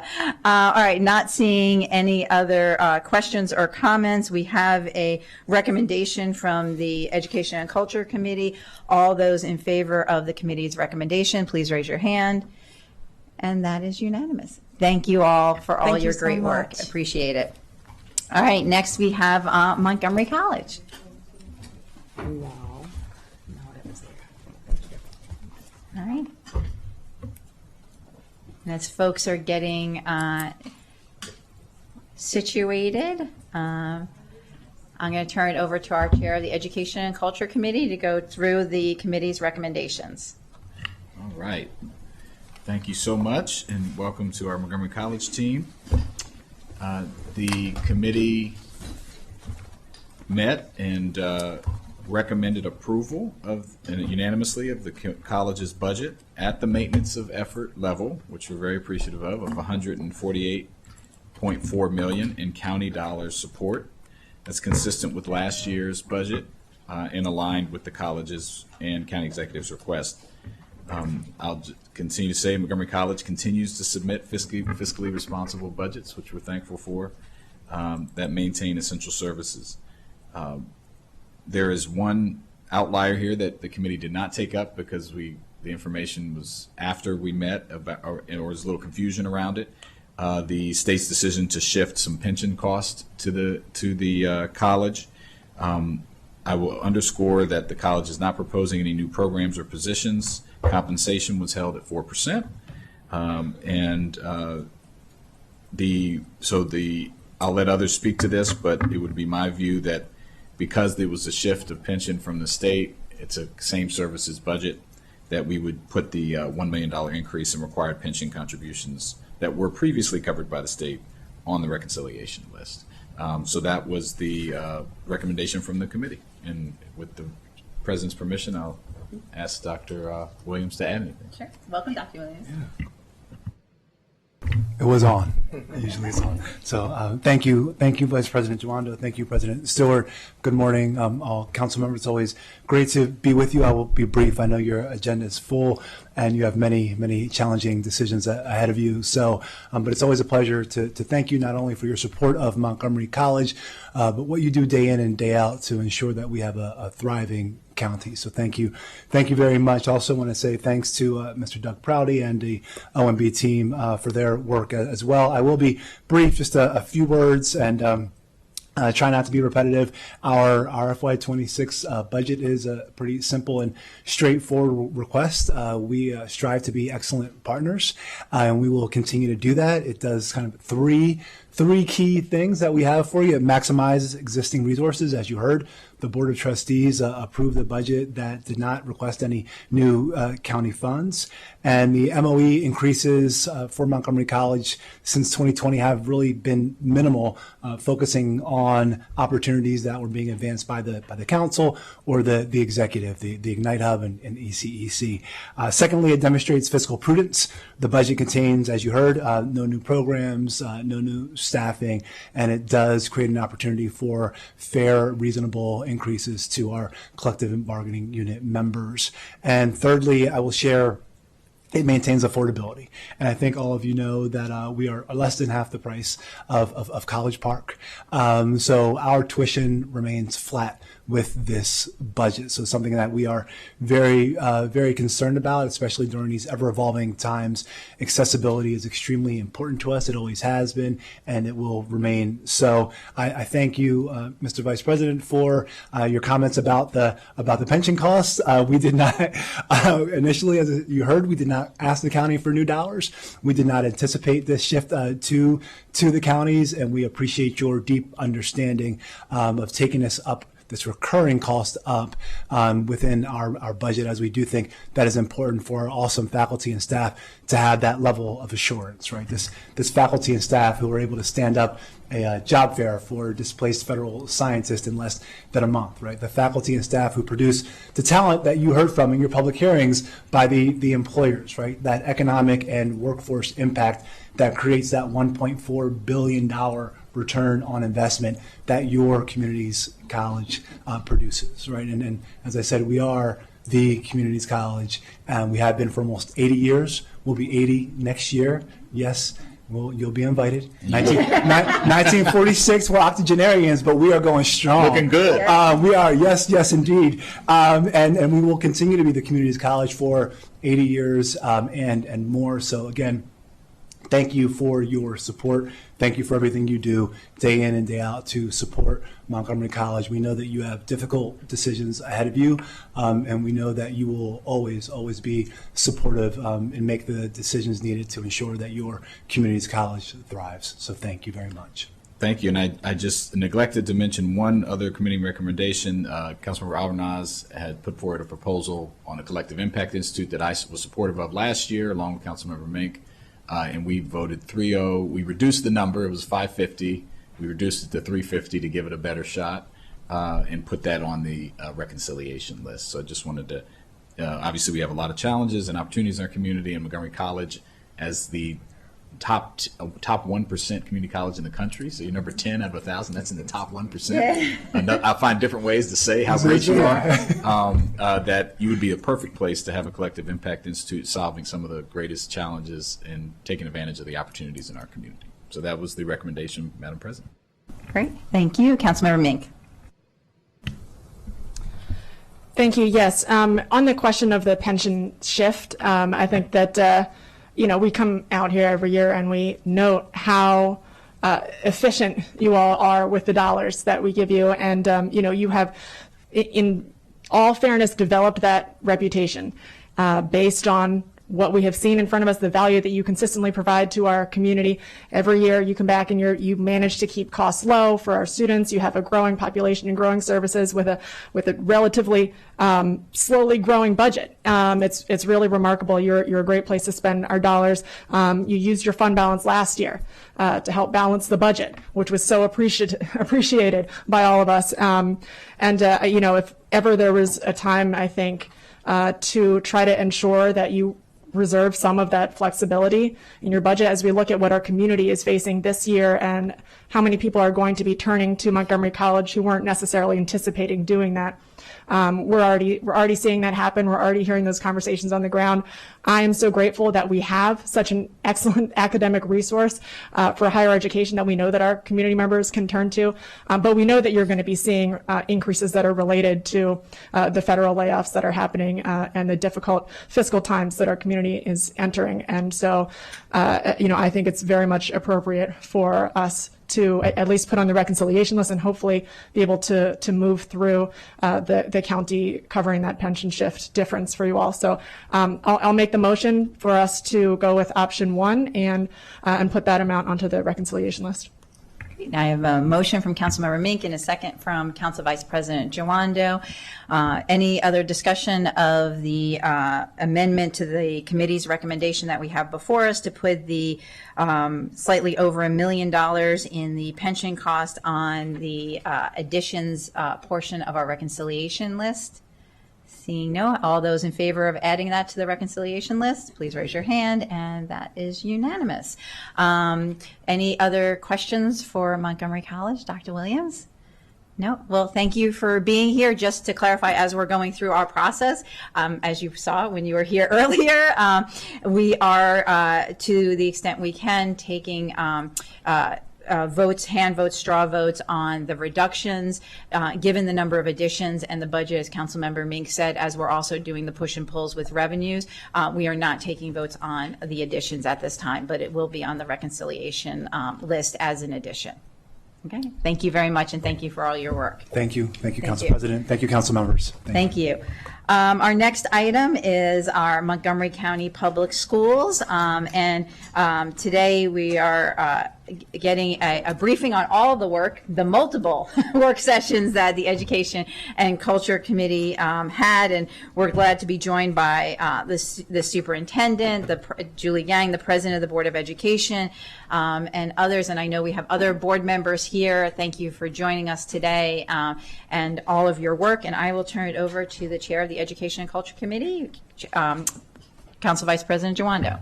Thank you so much, and welcome. We see Grace Rivera-Oven, Rita Montoya, and I'm sure Laura Stewart, who was here for multiple events today. Yes. So stay for lunch too if you want. And we're not paying. Yeah, exactly. We're not paying for lunch. There's no prepared lunch, but you're welcome to stay. You got breakfast, Yeah. no lunch. And welcome to Board President Yang and Dr. Taylor. I'm just going to make a couple comments and then, with the President's permission, turn it over to the Board President and the Superintendent. So we had 4 work sessions on MCPS's budget. And last week, the Education and Culture Committee unanimously voted to recommend full funding for the FY26 MCPS operating budget. So just for context, that would mean we're supporting option 1 in the packet. And I want to thank Mr. Prouty and Ms. Cummings for their work through these multiple sessions, and I'll ask them if I miss anything. And that would be the county executive's amended level, and so which fully funds the Board of Education's request and accounts for the pension cost shift from the state, which we just obviously talked about that. They shifted from Montgomery College, but another $19.5 million plus for MCPS in pension costs that was not anticipated and or it might have been anticipated, but didn't happen. We haven't paid for that in previous years. And just for further context, and I know the superintendent will talk about this, we went through in those 4 budget sessions, in addition to our 30 other sessions over the last year, all of the cost drivers and things related to student achievement, safety, our emergent multilingual students who have grown almost 40% in the last decade, our students with disabilities, which there's 23,000 of, and up nearly 20% in referrals over the last 2 years, and our more than 600 newly arrived refugee students just this last year alone. And so while enrollment has stayed relatively flat, we've had dramatic increases in these populations. All kids can learn, it just requires more resources, and that's what a lot of this budget is about. 688 new special ed positions in this budget, 47 new English language development teachers, 52 new security guards, all things we've heard a ton about from our community over the last year. And whether it be schools like Bethesda Chevy Chase or Kennedy, where parents have said we need more security guards and we need more safety, or cases where we've seen folks saying, I need my special education classroom to be staffed appropriately, our kids and teachers that have asked for that. So I'm very pleased and want to thank my colleagues on the committee for coming to a unanimous recommendation. I'm also very pleased with what's happened at the school system and the board's work and their partnership to give us everything we asked for as far as data. I've been calling the budget from the school system a HUD-1 because it's literally long and it has every line item that you can go through and it's ordered really well. We haven't had that level of depth and transparency in a while, and I'm proud that we've gone in that direction. I want to thank Ms. McGuire and team as well for her help in doing that. So with that, that was a unanimous recommendation. I know we'll get into the issues today, but I wanted to give the opportunity for Board President Yang and Superintendent Taylor to make some comments. Good morning. Good morning. Thank you so much. I'm so happy to be here. Good morning, Chair Stewart and all the council members. So thank you again for the opportunities to speak. I think Committee Chair Juwando summed up our budget very well. I want to thank all of you in this process. So far, with the work in the committee and our conversation, you have been steadfast partners in our collective effort to build a more stronger and promising future for our 160,000 students in the county. And this budget has one guiding principle, that is every student in Montgomery County deserves a world-class education. And it's presented not as a wish list, but as a careful crafted plan in addressing some ongoing needs and some evolving needs of the school system. And we are fully aware of the financial challenges the county faced. And during this process, we have a committed approach to financial responsibility. So the key priority Chair Juwando have mentioned, one of it is to addressing the needs of special education and students who are emerging multilingual learners. The second thing is to reading and math, and we have put in effort to address the opportunity gap and make sure that we can increase the achievement for all students. Third thing is every student, every teacher and employee deserve to work in a well-maintained and facility, and this budget address some maintenance issues that we face. And lastly, about competitive salaries. It's not just compensation, it's to value the work of the people who shape the future of our students. So having said all of that, the conversation has been really constructive and the questions has been very thoughtful. And we are here again and thanking you for your leadership. We are truly fortunate to be living in Montgomery County. Look forward to our conversation. Thank you, President Yang, and thank you, President Stewart, Vice President Juwando, and members of the County Council. I'm pleased to be with you today to discuss the school system's FY26 budget ask, especially as the first time superintendent in front of you for this budget request. The budget process in Montgomery County is a long one. I submitted my budget recommendation to the Board of Education back on December 18th. And as we know all too well, much has changed, not only in our region, but the state and the nation, and in the intervening months as well, and we're sensitive to that. Please know that we understand the difficult circumstances that you're facing in this moment as you're in your roles as county council members. Speaking from my role as the superintendent and for the board members in their roles, the core building blocks of this budget request have not changed because our needs are our needs. Here's what we know. There are significant fiscal holes that need to be filled to address issues that have built up over the last several years in MCPS. In a sense, we have several fiscal vegetables. This is the last time I'll use this metaphor, I promise. To eat this broccoli budget that may be unpleasant at times. But they are necessary for our survival.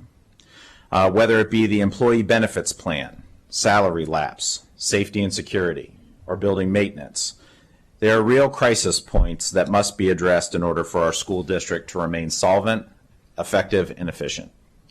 One of our biggest cost drivers is tied to enrollment, and we know that while our enrollment in MCPS tends to trend relatively flat, especially over the last few years, the overarching trend does disguise the increases within our student body that are impacting some of our cost drivers.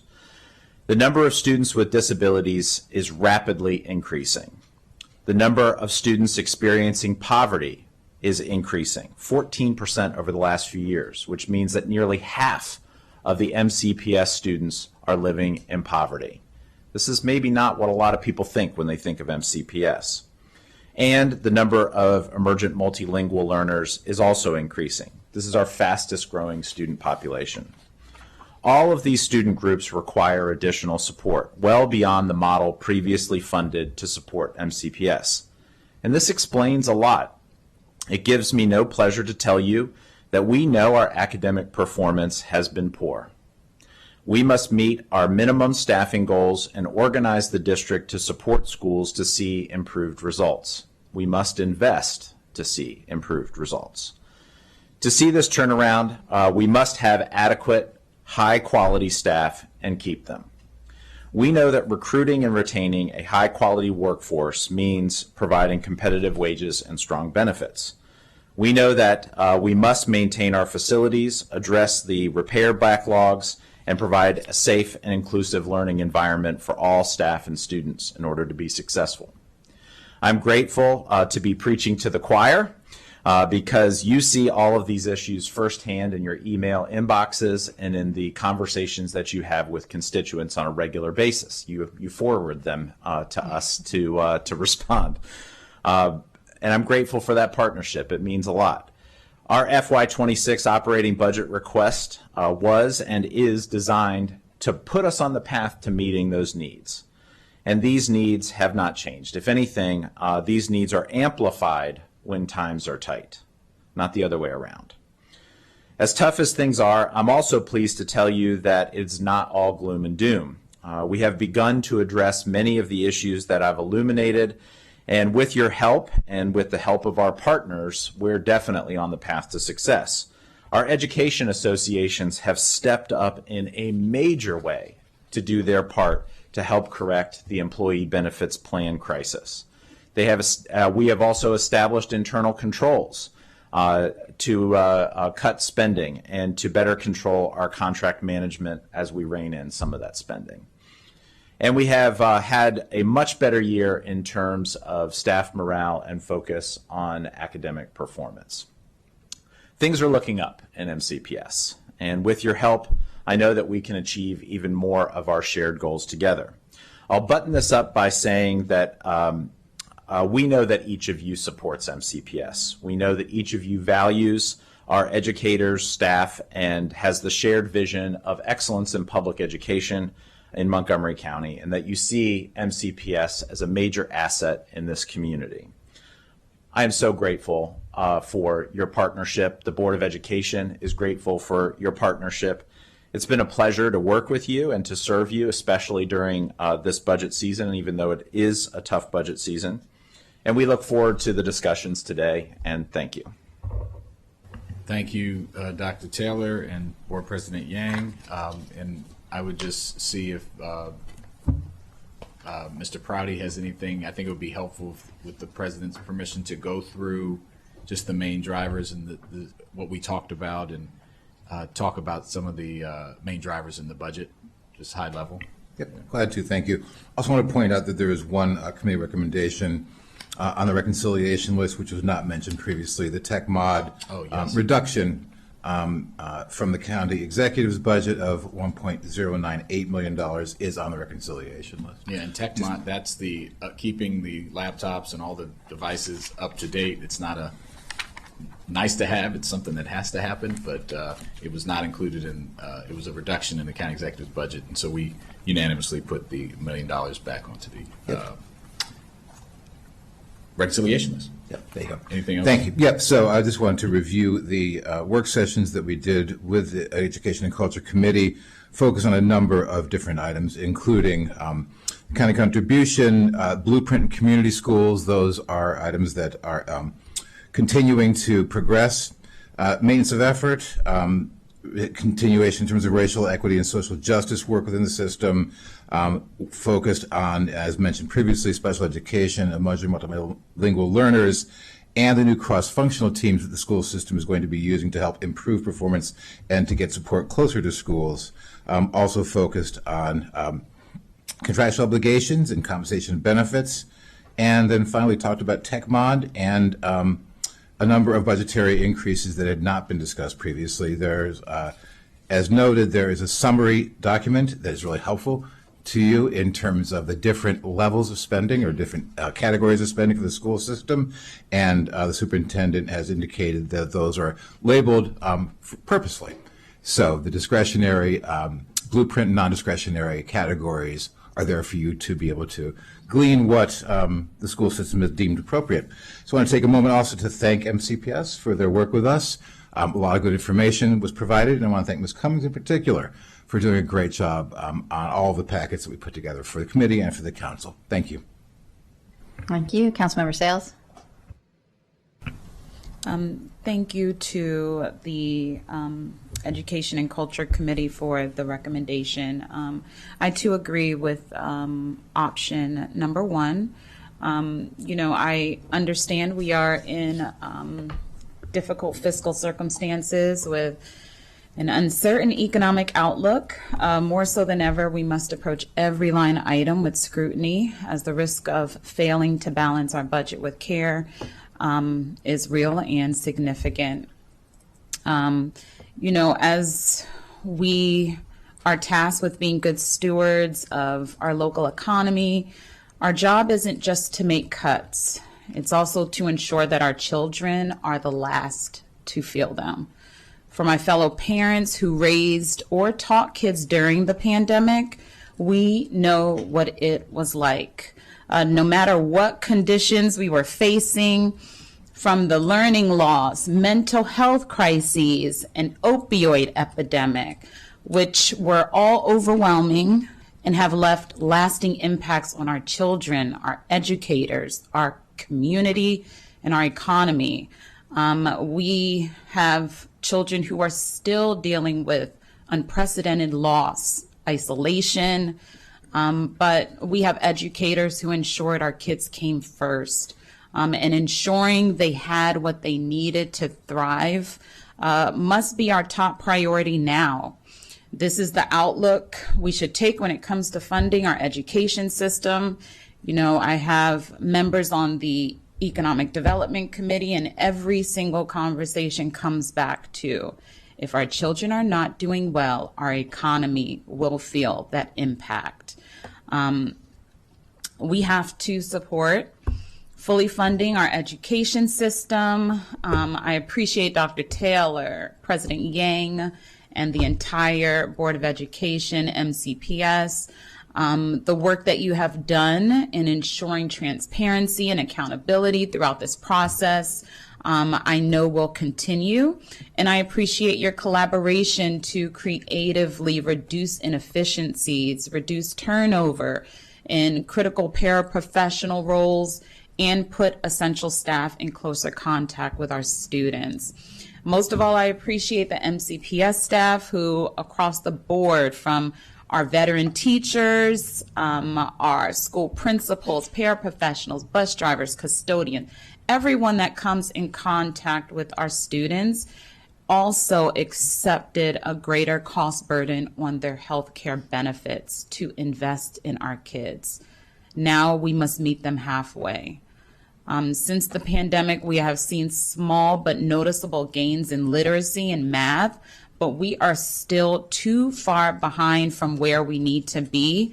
Now is not the time to halt that progress.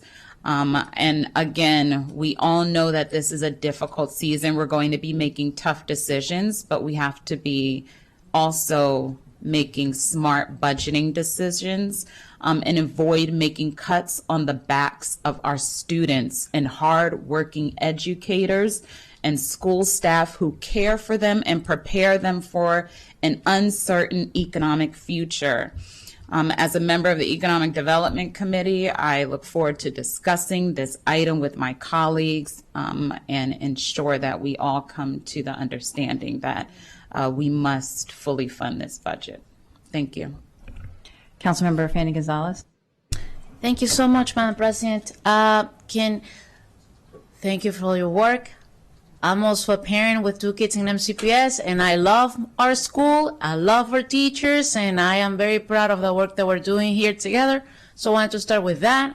And I have seen the transformation, not fastest as a one, but as that you have brought to the school system, Dr. Taylor, since you arrived. I can see the changes. So that's a good thing. So thank you. Couple questions. Can you please go over one of the proposals is 55 full-time security staff, and you have a breakdown between middle schools, high schools, and elementary school. And I think the highest one, and I couldn't find it really in the report, the highest proposal is for elementary schools. Is that right? Can you please talk about that and why that is? And I have more questions. I just want to start with that. And if staff or maybe NCPS, whichever wants to take on. I'm happy to start. Please do. Sure. So there's 55 additional security assistants, and they'd be assigned on the basis of incident reports. There are no current security assistants at elementary schools, and so 52. Thank you very much. Yeah. It's 52 security assistants, not 55. So they'd be assigned on the basis of incident reports, and I'm sure MCPS will be glad to elaborate on this, but the idea is that they will go to where they are most needed, and it's anticipated that because there are currently none in elementary schools, that a number would be assigned to there. So 35 just for elementary schools assigned based on need. Can you elaborate more? Thank you. And I'd love to talk about this because this is something that we've discussed individually. Actually, all of us have discussed individually, and has been something that's bubbled up in each of your communities and with constituents as a major priority. But it's also giving a little bit of a foreshadowing to budgets in the future as well. This is by no means solving our safety and security challenges in MCPS. This is a budget item that you will see time and time again for the next several years. This is a first iteration of a budget initiative to try to make some headway with a model that might provide more safety and security throughout the district. One of the reasons that we wanted to make an infusion in elementary school in particular, and we do have needs at the secondary level as well, substantial needs at our high schools and middle schools, and to try to find that right balance of how many security assistants per student body per square foot and that sort of thing using those metrics, is that our elementary schools from time to time do require some service. And whether that's the first point of contact with law enforcement, whether that's taking a look at the building itself, whether it is reviewing the campus and whether or not there's a visitor on campus who doesn't belong there, having security assistants that are close by and that can be deployed to multiple schools makes a huge difference. Many of our elementary schools are in walking distance to other elementary schools. They are very close by, and so having a geographic alignment of some of our security assistants can go a long way. That even though a security assistant may be stationed at one school, right down the street they could also be on call to meet the needs at another school if needed. And so, okay, so that's with elementary schools. What about middle schools? Because if I'm not mistaken, it's 10 security officers for middle schools. That's in addition of what we have right now? Correct. Right? And 7 at the high school level. And what we're trying to do is balance based on square footage and also on student population. So, some building footprints might be bigger than others and may have more student body. Right now, 2 of the largest high schools in the state of Maryland are in Montgomery County, Walter Johnson, and Montgomery Blair. Clearly, they have different and more needs at some of those schools just because of the campus and student management needs. So we're trying to account for that a little bit. Okay, thank you for that. I just want to add to that. The board has 4 priorities every year. Safety and security is one of our top priority, and this is ongoing effort. Every year, we're trying to do something. Last year, there were more camera installed using grant money, and this is a good move for shoring up the personnel in that regard. All right, thank you for that. And alongside that conversation on, and I gotta say this, what I'm about to say, actually, I have said it before. I have been in, I have attended some of the sessions by the Education and Culture Committee. Some of these issues are not solved just with money and having more security. They're solved by really changing the culture of the school. It's about having principals, and we have had a one-on-one on this, principals who are truly engaging the staff, the teachers, the students, the families, so they can feel welcome. So I have high expectations on you guys to improve the academic performance and just, you know, the culture of the school of having kids wanting to be in school and do well. And I really need to see some type of performance metrics that you are doing targeting your principals. I have to, because you are asking me for more funds.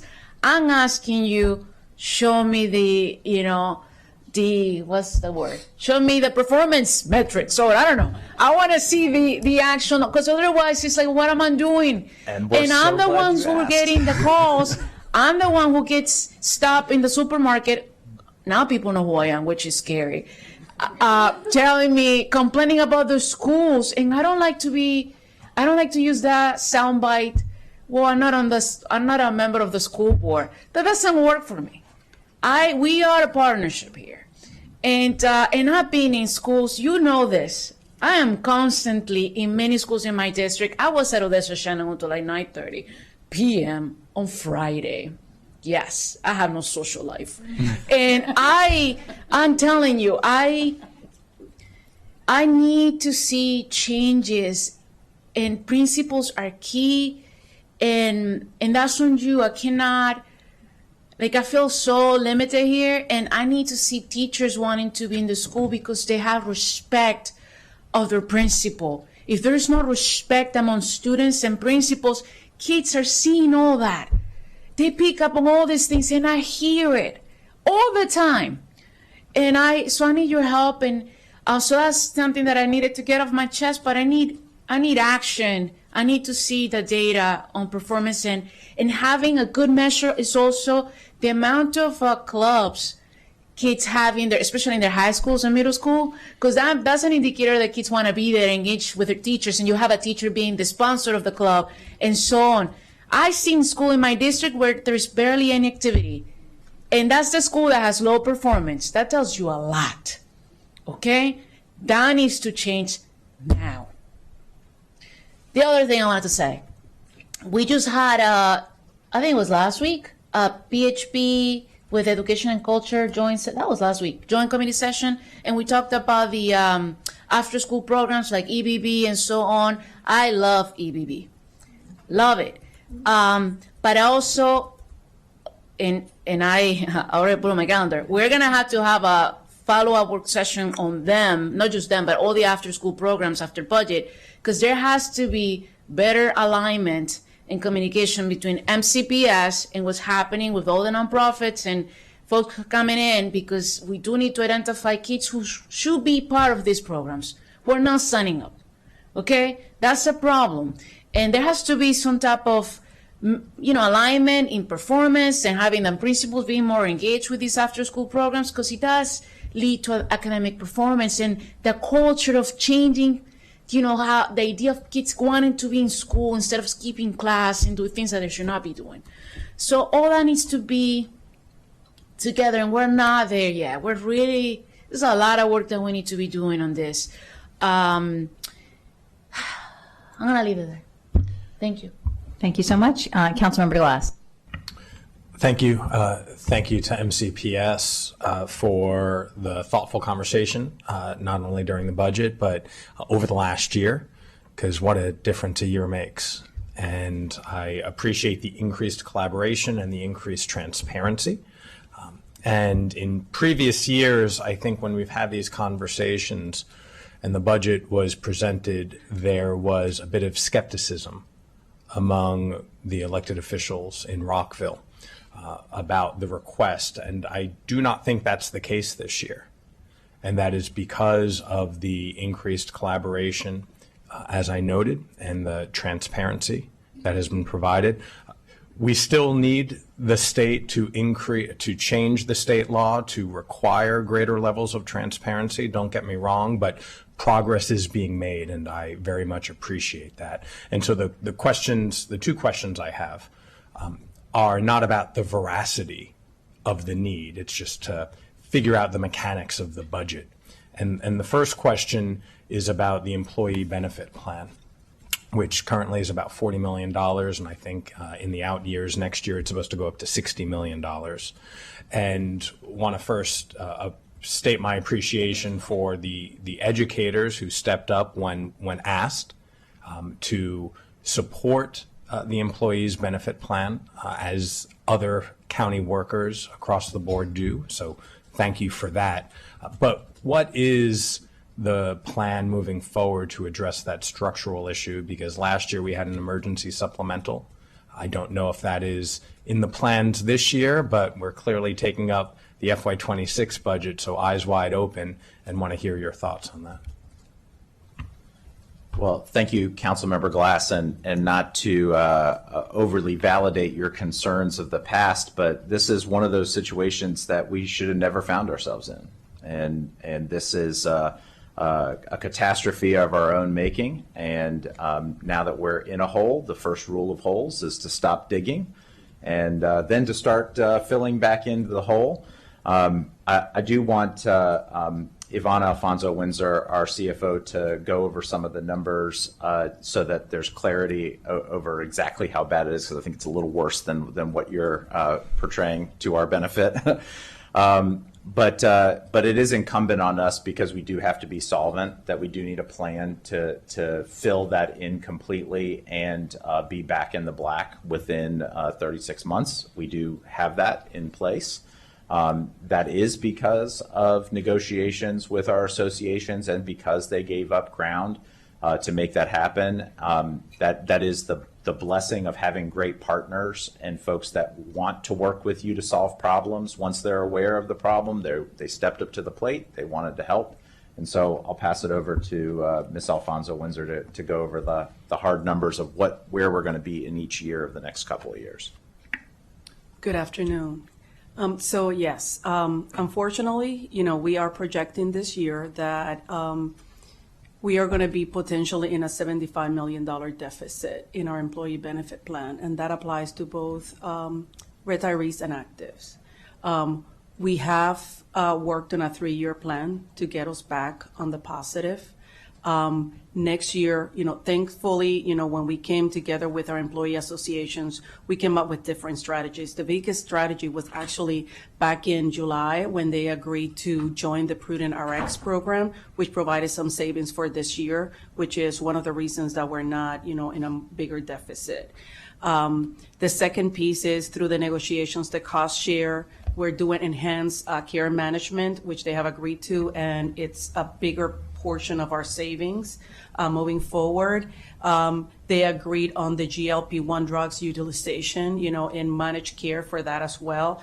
So the result of all those negotiations is really going to take approximately 2 or 3 years to see the full impact, because they don't come into effect until January. And then, because of the annualization, you'll see the full impact, in FY27, FY28.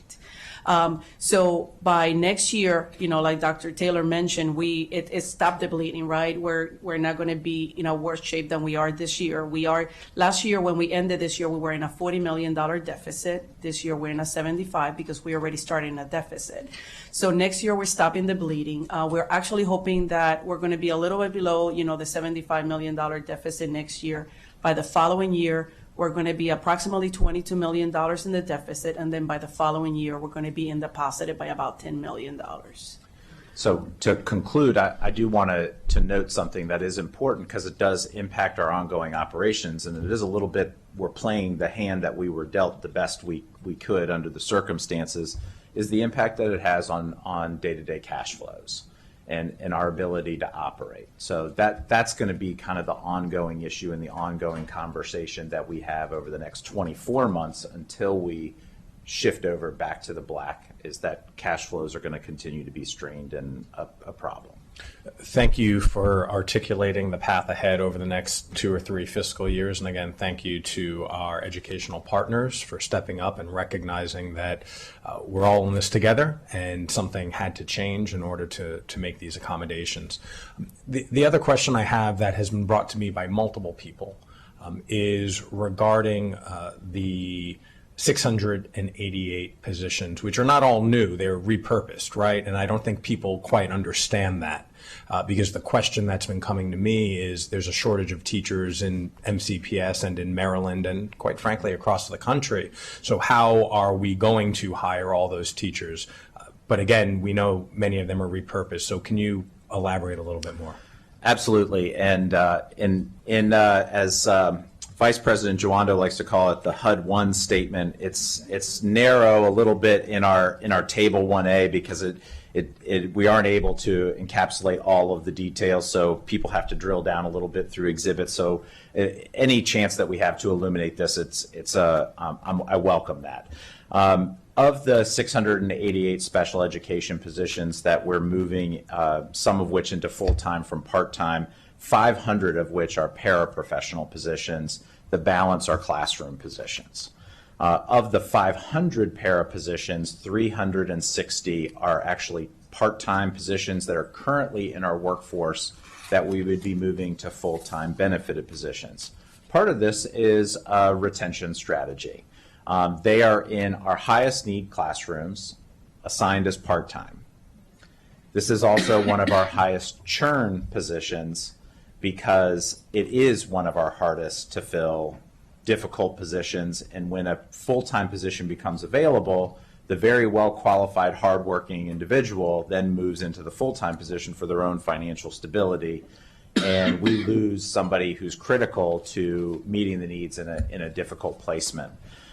In terms of finding 160 teacher positions, we hire over 1,000 positions a year. That is not atypical for us. It is something that we have gotten used to. There is a national teacher shortage. There is certainly a targeted area for special education, and oddly enough, grade school in the younger grades is becoming more and more of a challenge.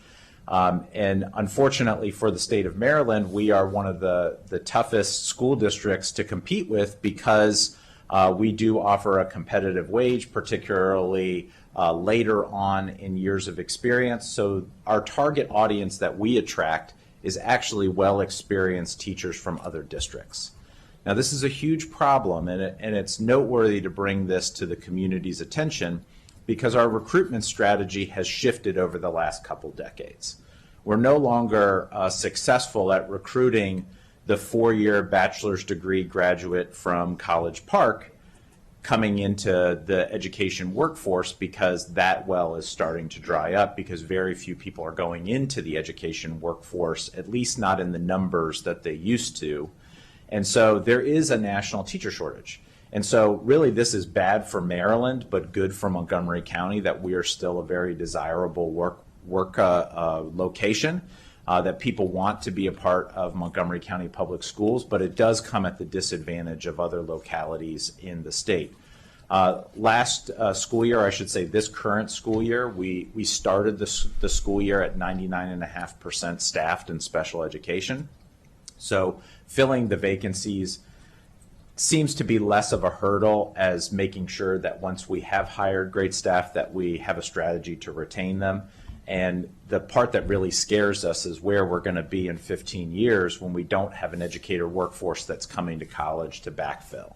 That really is a trouble spot for us and something that we probably need to collectively spend some time as a community talking about how we want to encourage people to go into the educator workforce.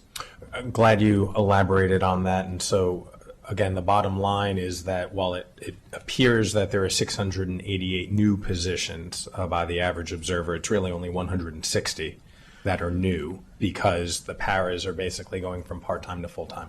So 166 that are new classroom teacher positions and 140 that are para positions, but yes, the majority of which are in fact part-time transitioning to full-time. And during public hearings and visiting the classroom and talking with others, we know how hard the part-time para positions are, where they're working multiple jobs, and the security and the time of the classroom is difficult at best, right? So fully supportive of that. Again, I appreciate the budget that you have put forward. I absolutely understand the need, and we have to do that because this is a course correction moment, and appreciate the openness and the vision for putting us further on that course to make sure not only our students have the resources that they need, but that our educators continue wanting to work and come to Montgomery County. And so let's keep talking about this. Let's keep working with our state lawmakers as changes come down the road. And at full council yet, we haven't even talked about the blueprint. I know the committee did, right? So we don't need to necessarily bring that back up, but more work to do. So thank you. And on your note of transparency, Councilmember Glass, we appreciate that, your advocacy. For us, it actually helps us when we are more transparent system. We make our decision better, we evaluate our programs better, and we build trust in the community, which make us more effective. So thank you. Thank you. Councilmember Ming.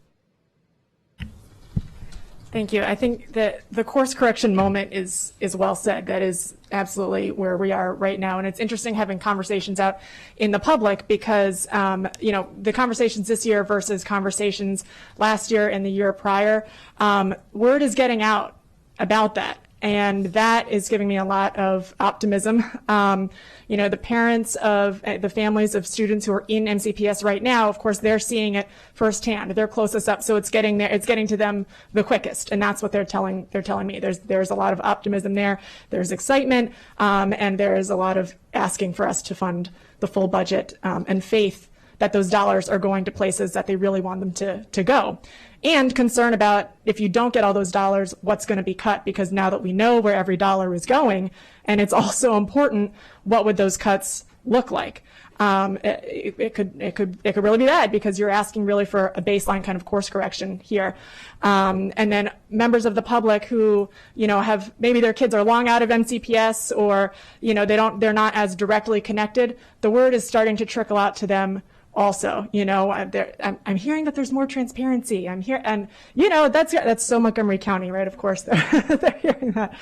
That we are on that path to regaining the reputation of excellence that we have long prided ourselves on here in Montgomery County. That has been core to attracting, families, businesses. That really is part of our economic development infrastructure in that way, as well as obviously our workforce development, ensuring that our young people are prepared and able to be, contributing members of the community, working in spaces that excite them. We're on the path, and we can see it and we can feel it, and that is very exciting. And this is a moment that it falls on us to make sure that we invest in continuing to make sure that you can stay on that path. I think that also the point that Councilmember Fanny Gonzalez raised was a really important one, the importance of principals and leadership in the schools to changing the academic performance and culture and the role that they play. And so I wanted to give you a minute to talk about the cross-functional teams, because and whatever else you want to say about that, but being able to have clear expectations, the consistent support to follow through, the partnership, and also the accountability piece to be able to really see those changes and support our administrators as they do that. You have a plan for that, and I wanted to give you a moment to speak about that. Thank you. President Yang and her colleagues have made it abundantly clear to me that we need to be able to measure our progress moving forward. And they've made it clear to me about the need for us to make MCPS a hospitable school community for all learners. They've made it clear to me that we need to become the best school system in America. And I think it's important that the council hold us accountable to those actions. And I want to give you an artifact in which you can hold us accountable. We are in the process of revising our strategic plan for the next 5 years. And not to give away all of our fun secrets, but there will be a scorecard in which you can measure us against school climate, that you can measure us against performance, and the rallying cry of 4 or more stars on the Maryland State Report Card is a great way to measure our success as we move along. Because candidly, only half of our schools have 4 or more stars measured by the Maryland State Report Card. We believe that all of them should be, and that in order for all of our kids to have access to a great education, that needs to be the minimum expectation in Montgomery County. And so we are in the process of defining that minimum expectation. So I actually look forward to you having a chance to benchmark us against that progress and for you to follow along with us as we march towards that goal. You mentioned our cross-functional teams, and this was something else that the Board of Education was very clear about, which is our need to return to our fundamentals in terms of focusing on what is happening in the classroom and trying to get our resources back to supporting the classroom activity as the primary focus and core business model of the school system. I feel like we're doing that. What we are doing is deploying our central office staff to regional clusters so that they can provide direct support, work shoulder to shoulder with classroom teachers. We're not doing everything. We don't have cross-functional teams supporting social studies, science, and physical education, at least not yet. What we do have are focusing on critical areas that we need to see turned around right away. Things like literacy, mathematics, special education, emergent multilingual learners. Those supports need to be put in place immediately, and we need to have folks deployed so that there's extra resources and support from a central level. So I know that President Yang wants to add to that. Yes, so I think this is how it's supposed. I think this is an artifact of how a board and a superintendent should work. The board decides on the what, the superintendent can carry out the operation of how and when. So one of the board's principle has always been shorten the distance between the central office and our classrooms so that we are all in for the kids, that things can happen effectively. I think Dr. Taylor has to bring it, can now have illustrated the how. And so we're very excited to try this, and I have great hope and confidence in what it will bring.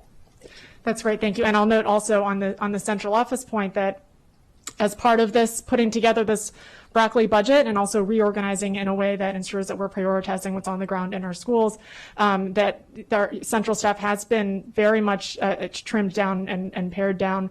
And, that's not easy to do.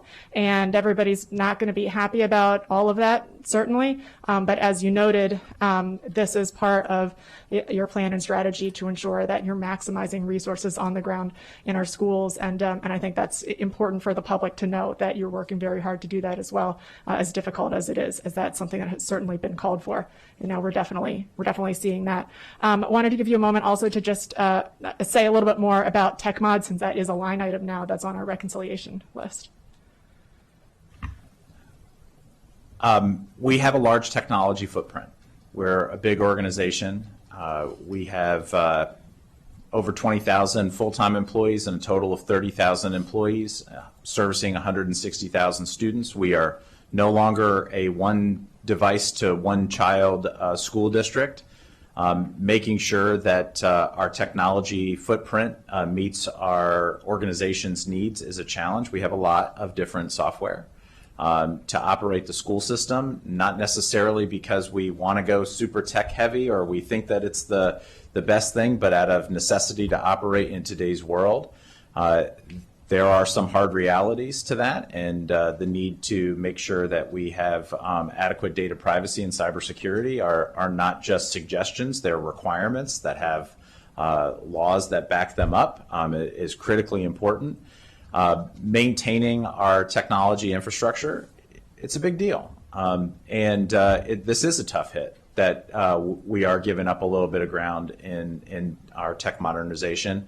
But given where we are as an organization, we know that there are sacrifices and push and pull, and know that as we look ahead, that technology needs to be a bigger part of our conversation, and we need to have something that's a little bit more sustainable, and maybe there's a conversation to be had about where those funds belong, operating versus CIP.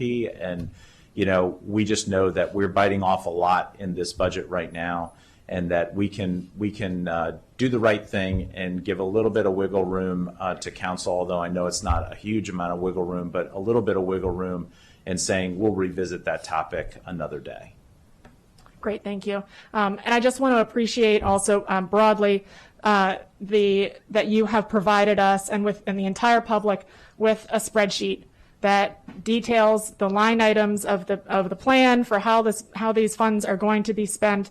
That the public can go onto the MCPS website and view it and can click through to get details on each of the line items, which puts us in the position of being able to, as we think about the budget decisions in front of us, to really know exactly what giving less to MCPS would mean, and for us to take this moment now to ask if there are line items that seem like maybe this could go. What would that look like? To ask questions about that. It sounds like certainly where I'm at, and we've had, of course, the whole year to go through these pieces, and then especially focused on the line items themselves over the last 4 sessions in the committee. But to see that there is no fluff, there really is. You're calling it a broccoli budget, and we can see for ourselves that there truly is no fluff, and there's nothing in the couch cushions, and each of these dollars is going to be spent for a really critical purpose. And I think that maybe nowhere else do we see the proof, the evidence of that than in the negotiations that happened with the labor unions, with your labor partners here. Obviously, for a number of years, it has been a conversation. Are there ways in which they would be willing to kind of to take a hit and to give up some of their benefits? And of course, that's a tough ask. I mean, we're facing a similar question here with the income tax, right? Are folks willing to chip in a little more at this moment to ensure that we as a county have what we need?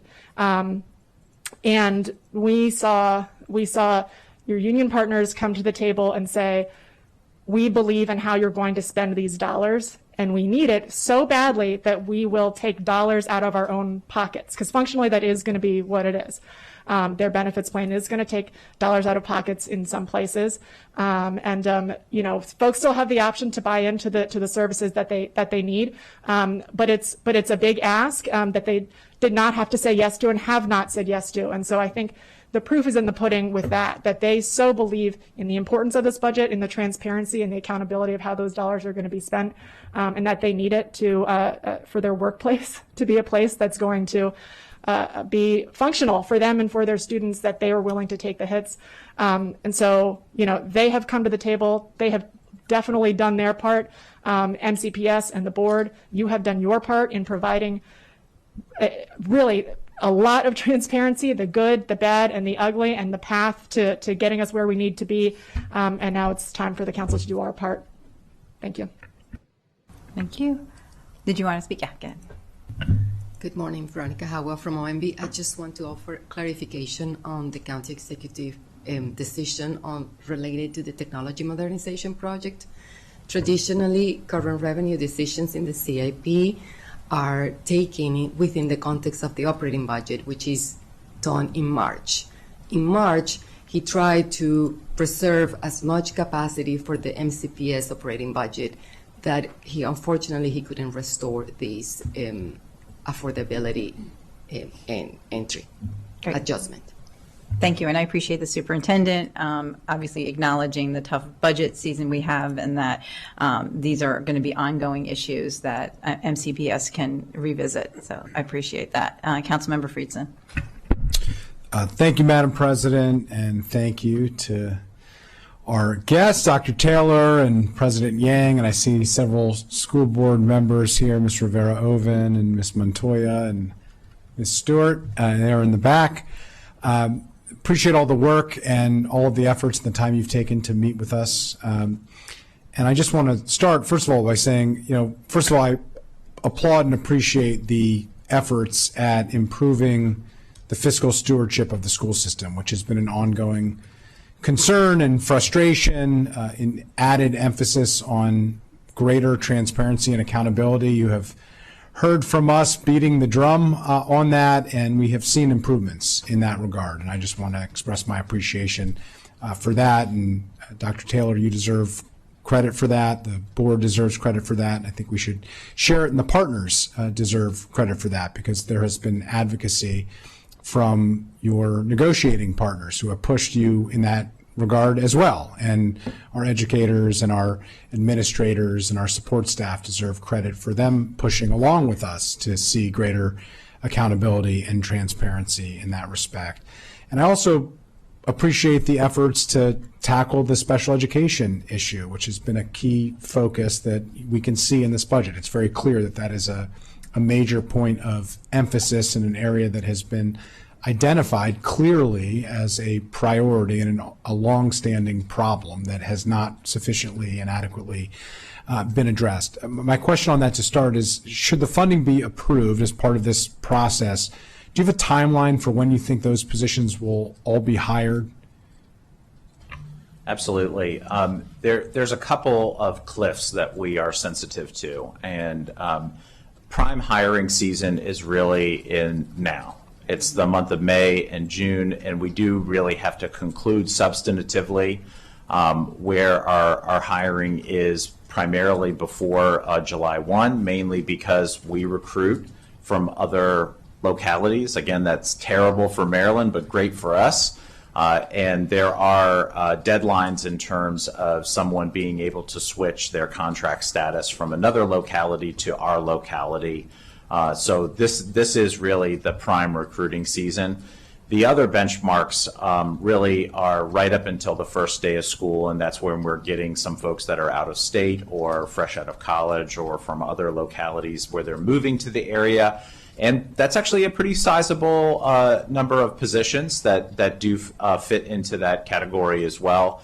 But really it is the month of May and June really being the hottest month where we spend the majority of our time hiring. So what we have in place by final budget adoption is usually what triggers where we're able to make some final offers and conclude hiring processes. I appreciate that. So by July, we'll have a sense of whether or not all those positions would have been hired? We'll have a very strong indicator and something to point in the direction as to, yes, this is happening, or no, this is not happening. And there's always going to be fill in the month of July and into the early parts of August, and even into September in some cases, but although that's rare, and last year that was rare because we had such a high percentage of staff filled at the start of the school year. Okay, thank you for that. And Dr. Taylor, I did want to appreciate your acknowledgement and commitment to improve results, which is something that I've heard you say multiple times this afternoon and in recent weeks and months. Too often, especially in recent years, the focus has too often been on the inputs as opposed to the outcomes in MCPS, and that absolutely needs to change. And I'm hopeful that what I'm hearing from you is something that we will see the benefits of in the actual outcomes, but just talking about it to begin with is a step in a better direction. So I appreciate that. And given that, just want to ask about the data on third grade reading. Obviously, we know that up till third grade, you learn how to read, and once you get to third grade, you read to learn. And so if you don't read, and half of our students, based on the data, disproportionately much lower among our students of color, are reading at the third grade level at the end of third grade, which means that they're going to fall further and further behind each and every year after third grade, and the opportunity gaps from there and the achievement outcomes from there get worse over time. And that's one of the main reasons why we haven't seen anywhere close to the outcomes that we would expect. So just wanted to better understand, if you could explain within the budget, what are the resources dedicated to that particular issue, how the school system and how your leadership team is addressing that, and specifically if you could speak to how you're looking at the Title I community schools that have lower class sizes, are a key focus area that I know has been addressed. If you could just talk specifically about the budget dynamics related to that issue, the approach, and what outcomes we should expect based on that. Well, I don't disagree with Council Member Fanny Gonzalez when she said that sometimes you don't have to spend more money to generate positive outcomes. And this is one of those things where the resources to improve literacy have been already committed. And I give a lot of praise to the Board of Education for making some of the decisions prior to my arrival as superintendent that have really put us on a path to seeing some big success. I'm maybe less confident in mathematics. I'm happy to disclose to you that that continues to be an area of concern for us, but we are seeing some really promising results in K-1-2 in terms of literacy recovery that give us a lot of hope for the future, and hope is not a very successful strategy.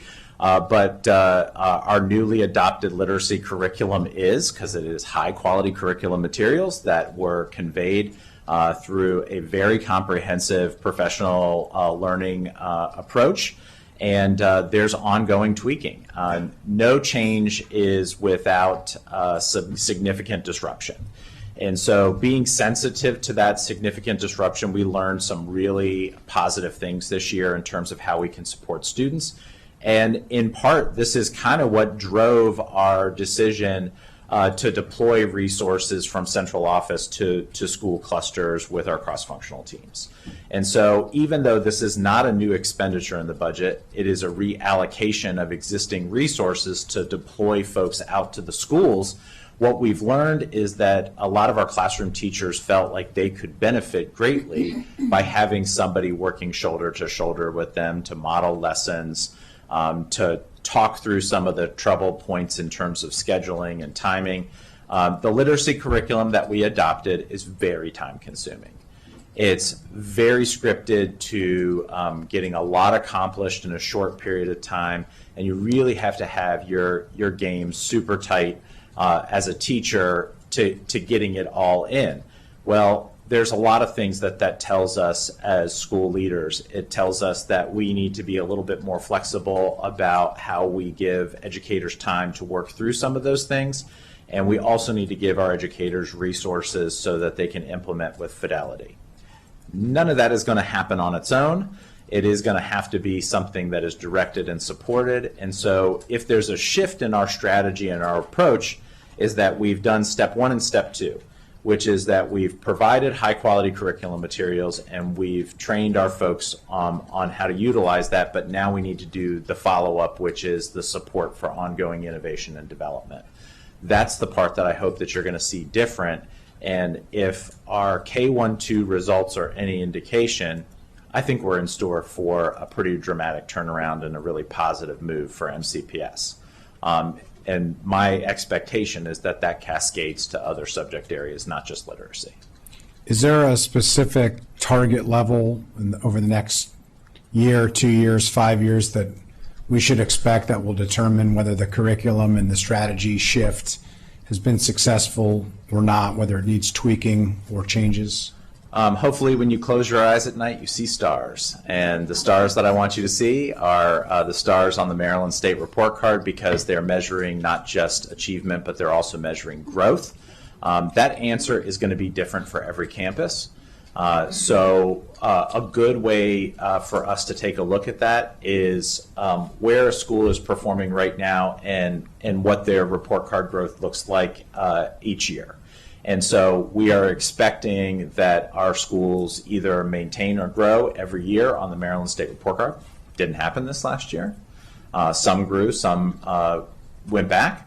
And so that's a great metric for the council to easily look very visibly, are we making progress or are we not making progress, because it's going to capture a lot of different domains, not just one domain. And I also want to thank you for that question. And the curriculum that we adopted was fully implemented this year. It's the first year.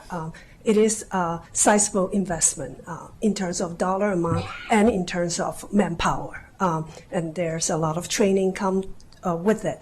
So part of the board's job is evaluation and oversight. So the programs will be put on an evaluation cycle. So we will have implementation, evaluation, the first few years, and then we will have outcome evaluation. And that's how we do program evaluation. It's ongoing.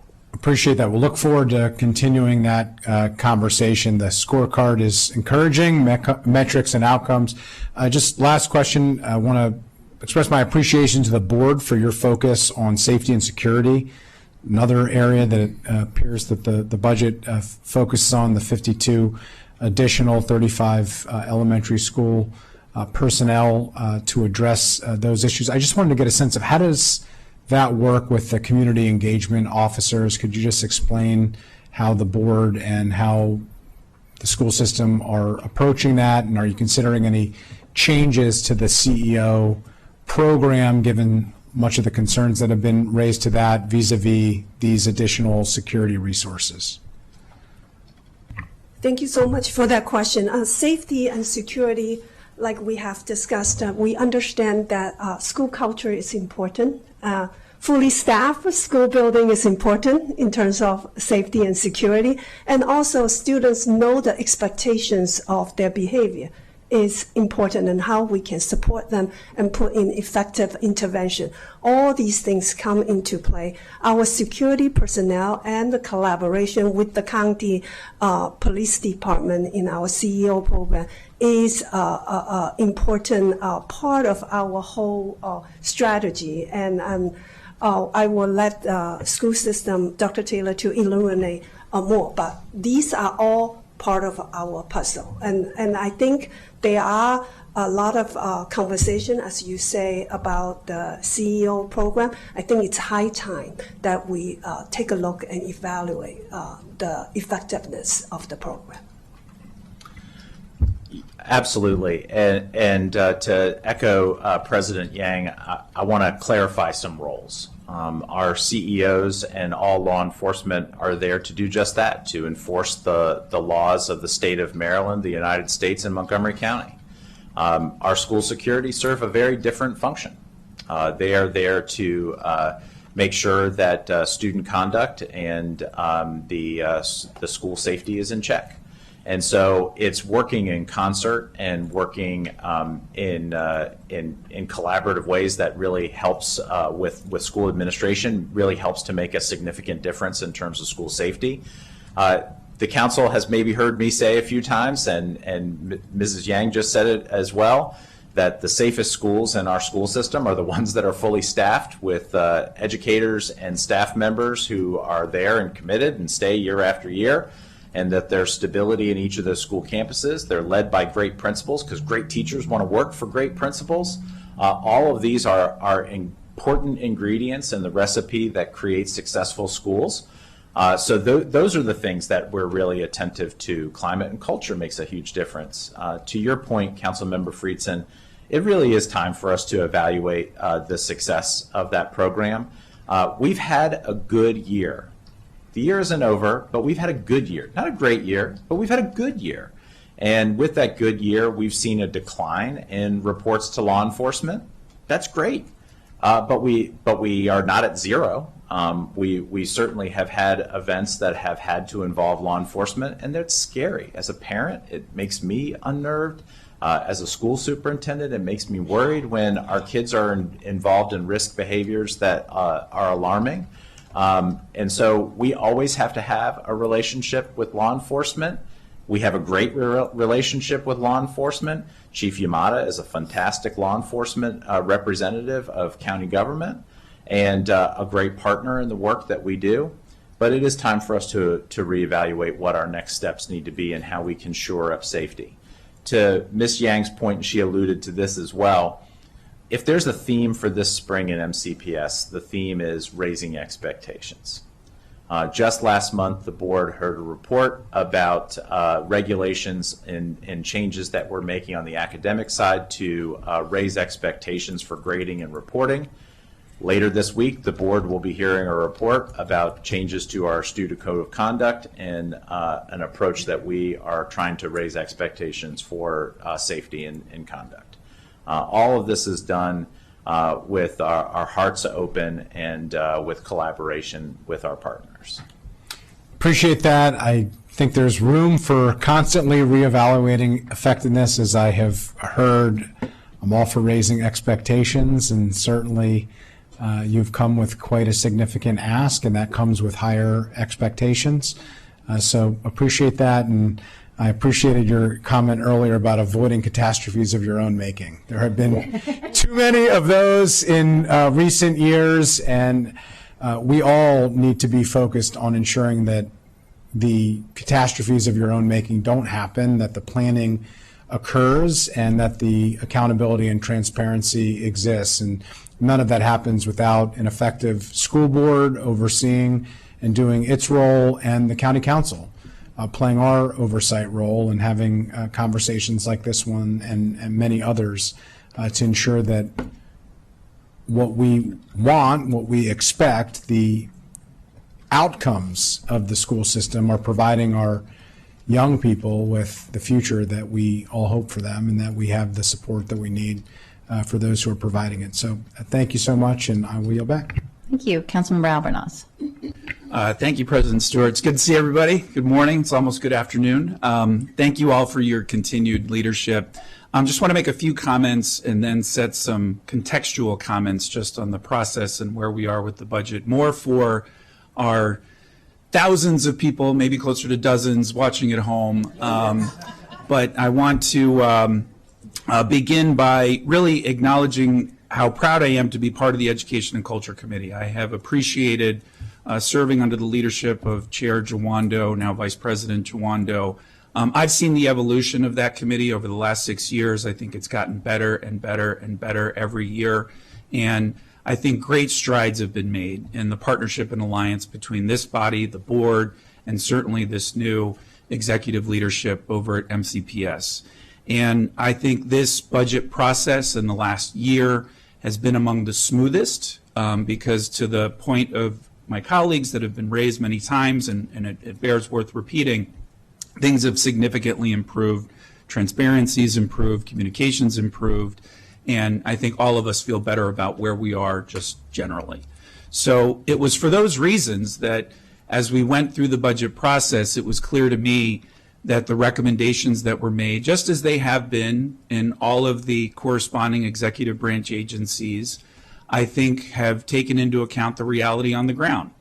And you all are trying to right many past wrongs and doing it in real time at a time where, as you said so well, Dr. Taylor and Chair Yang, that times are especially difficult for our families, and we know they're going to be even more difficult in the months and years ahead for all the reasons we know. So that's why I felt comfortable supporting the recommendations laid forth by MCPS within the committee. But as is always the case, when we go through the budget process, we look at the committee work through the lens of that respective committee. But we as a body now, during these next few weeks, have the opportunity to widen that lens to see the interests and the needs and the challenges and the opportunities facing all of the other executive branch agencies and sister county agencies before us. And so I felt confident in supporting what you recommended because of the work that went into it, because of the need that is happening. But it's the same reason why I felt confident in supporting many of the recommendations laid forth by our Department of Health and Human Services or Office of Human Rights, which also report to the HHS committee. And so we received yesterday a briefing that had been received by our Government and Operations Committee that made clear to me that the proposal set forth by the county executive of an increase to the income taxes, setting aside whether or not it's appropriate to increase taxes in light of everything else that is facing our residents, is the number that was presented to us is less than a guesstimate, because it does not take into account all of the information on the ground and what we know is likely going to change between now and the end of the fiscal year. So that $75 million, whether we support the retroactive payments or not, is not a real number, because it does not take into account the number of people that have taken out buyouts, the ripple effect that's going to be happening to contractors and other businesses that rely on our federal government. It's only been 100 days of this administration. It feels like 100 years, but it's only been 100 days. And so the full impact of what lays before us is only now coming into focus. And so we have to, as a body, be very cautious in how we set forth this upcoming operating budget because of all of those moving pieces. So the next big domino that will fall from this body will be our decision as to whether or not we support the income tax increase or if there's some amendment to that income tax increase. Everything else will flow from that. And if we don't support it or significantly lower the projections, then we have a significant math problem, because we will not be able to fully support all of the very legitimate recommendations set forth by MCPS, let alone any of the other challenges, any of the line items set forth by all of the other respective executive branch agencies. And I'll be candid. There are line items in our HHS's budget that, to me, from a policy perspective, speaking for myself, would be a higher priority than some of the policies set forth in some of the budget recommendations made by MCPS, even though all are important. We're going to be tackling things like food and nutrition, whether or not we provide support to our primary care health clinics, because if kids aren't receiving and families aren't receiving that basic primary health care, then that's going to have a cascading impact that will impact the classroom and MCPS's operation as well. So, as has been noted by all of my colleagues, yes, of course, we have difficult decisions to make. We have difficult decisions to make every year around this time. There are just so many unusual variables with this year's operating budget. And that's why I made the comment that I made in supporting unanimously the budget laid forth by MCPS as a committee, that it came with an asterisk. Because once we know these other dominoes and how they fall, then this and everything else we discuss over the next few days is going to have to be revisited, as it always is, but in particular this year. So I just wanted to, for purposes of everybody watching at home and to our stakeholders and brothers and sisters in labor, we want to just acknowledge that that's the reality of the situation we find ourselves in now. So I don't have any questions with regards to the operating budget, because I asked them all in committee and you all did an outstanding job of answering them, only to acknowledge today is another day in this budget process, but we are far from over. And we've got some difficult days and roads ahead. Thank you. I yield back to you, Madam President. Thank you. Councilmember Lukey. Thank you, Madam President. I was sitting down and wanted to sort of revisit after our discussion last week, where we came from and where we are now, and us as a council, as a body, and certainly appreciating and expressing most sincere gratitude for the open pipeline of communication that has existed since you arrived. I'm greatly appreciative of that. And while Ms. McGuire is no longer here with us, we greatly appreciate her work on behalf of the school system. We know you are in good hands. And, looking back, saying every year the council has increased the school system's budget, and this year is not going to be any different, right? We're going to have to make increases and substantial investments, and we're happy to do that because this is critically important work. And we've done that for years with estimates ranging anywhere from like 8.4% to 5% increases per year, depending on the year. In the past 5 years, 4 years, sorry. But, I know that we have to make a lot of decisions where we're looking not just at a few things, and I do appreciate your focus on two big issues that are of paramount concern. In reducing risk in the school system, in increasing positive climate in the school system, and those are the school safety and the special education pieces, two pieces that are near and dear to me as a parent with 4 children in this school system. But that's just kind of the tip of the iceberg, and I know that's a familiar metaphor. But we have to look at that not just with respect to MCPS, but with every department because we have to look at what's below the water in those base budgets too. And I know this year was a big year for trying to dive into that within MCPS, and certainly we have a lot more work to do across the board in all of our agencies. But I want to thank the board and thank you, Dr. Taylor, for your commitment and focus focus on our educators and the work that gets delivered in the building, right? Because that's really important. But I also wanted to highlight, because we've talked about this a bunch, and it's come up from colleagues here as well, and that is the school safety piece. And to be fair, some of the special education dovetails not in school safety in the way that a lot of people think about it, but just in terms of maintaining the environment, making sure those students are safe, making sure our teachers, our educators, our paras are safe, and what we can do around that. And I appreciate that. I feel like there was this trend. The school system sits in loco parentis, as we say, right? Under the law, you serve in that capacity when the children are under your care and custody during the school day. And in coming out of the pandemic, we swung too far into permissive parenting, right? And nobody wants a drill sergeant, right? There's a helicopter parent. No, I don't want any of that either, right? But somewhere in there is that balance that is the right fit, where consequences occur, but you're also growing and learning from them, right? Because this is an educational environment. This is a time of great cognitive development and growth emotionally, socially, and it's critically important for their success later as they launch from the nest, as we like to say, as I have two that are juniors right now. And so, I wanted you to speak a little bit about that, because I know we had the opportunity to talk about that, but I do think that that's critically important.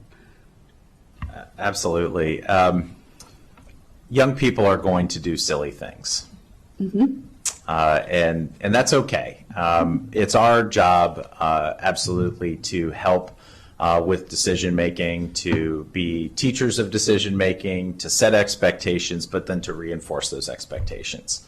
It was interesting to watch the reaction of council when Councilmember Sales was giving her remarks, and she mentioned the pandemic and us collectively having to teach our children, and I could see the collective parental PTSD from it wasn't one of my finer moments. No, I think that there's a lot of those moments that we'd all want to take back as parents, and it definitely reinforces our belief that really well-trained, high-quality educators make a significant difference, because they do. And it's great when our kids have that opportunity for socialization, but we have to be reinforcing the behaviors that we want and that we expect. And I'm going to be completely candid with anyone who asks and wants to talk about this, that we may have adjusted our expectations and may have fallen short in communicating what our expectations were to young people, which may have sent them some mixed messages about what was permissible and what wasn't permissible, and then we haven't always backed it up the way that we've needed to. I think you're going to see a renewed focus on some really critical things. And the things that you should feel really good about is that our kids are asking for these things. Yes, they are. Our kids are asking for more restorative justice. They're asking for some boundaries. They're asking for structure. They want safe schools. They want all of the things that we want. And if that gives us a ray of hope, then we have a lot to be very proud of. Well, we're going to give it to them. We are going to give them a renewed emphasis on restorative justice and restorative approaches. We are going to give them firmer boundaries about what we expect, and we're going to clearly communicate what those boundaries look like. That is going to be a big shift, and I don't want to give away everything that the Board of Education is going to hear on Thursday, but our changes in regulation are going to definitely reaffirm council and this community's expectations for our young people. God bless you. And I think, I'm very excited about all that, and thank you for giving me the preview you gave me when we met. I also, want to make sure our teachers know that inside their building, right, because there's the board and there's central office under your leadership, and then there's each individual building. And, you know, to my colleagues' comments about administrators, you know, some are newer, some have been around a long time, some have seen everything under the sun, but they may need some more support and reassurance from you all that this is absolutely what needs to happen, and you're backing them up in the decisions they're making. And also for our teachers to know that they're not going to be penalized for doing what they can read is what you've asked, even if that's a friction point for whatever reason with an administrator who doesn't want a number in the column, if you will, or some other thing. At the end of the day, I feel like if we're all focused on the people, adults, children alike, and their families in the buildings, and we take that very person-centered approach, we're going to have a very successful 2025-2026 school year. Right. And we've used the Titanic metaphor many times that you can't turn around the Titanic on a dime. You can't stop it and move it in a dime, to go along with my iceberg from earlier. But you have been making that turn and making that transformation. And I think it is being felt. And we just need more of that and that very strong message to come across so that everyone can approach that work in the buildings with the utmost confidence that we're doing right by our children, our professionals, our families. And can I add, I'm so now excited about Thursday. I know. Yeah. I know. I want to know all the details, right? But out of our school system's 5 core values, 2 of them, I think you just spoke about, respect and relationship. As parents, we do that in our household, and as a school system, we need to do that, how we transfer that from a value to an operational level. So Thursday is must-see TV. All right. You heard it here first. Right. And I also want to speak a little bit to Councilmember Albana's comment. I really appreciate the difficult time we are in. Public education it's in jeopardy right now. Every single day we are questioning how do we view public education as a society? How are we going to do public education collectively? And I also would like to say, as the Board of Education, we are the advocate, right, for our students and our school system. But we also understand we exist in the ecosystem of Montgomery County. Right. That all county agencies play a significant role in the standard of living in this county. It's never for us either or. For us, it's and. We are here together. Thank you. Thank you, and thank you, Madam President. Okay, Councilmember Katz. Thank you very much, Madam President. I know you've heard me say many times that the little bit that I know, I learned from in the Montgomery County Public School System. One of the things that always impresses me is that I think you have around 160,000 students. Is that the number? If you were a county in Maryland, you'd come in at number 11 of the 24. So that's you're really, I mean, you're not a city manager, but you're really a manager of a place where many of our, and even though we are comparing Montgomery County public schools to other places, it's not a fair comparison in many cases. And other places, Baltimore City, whatever, certainly have other issues beyond anything that we're looking at.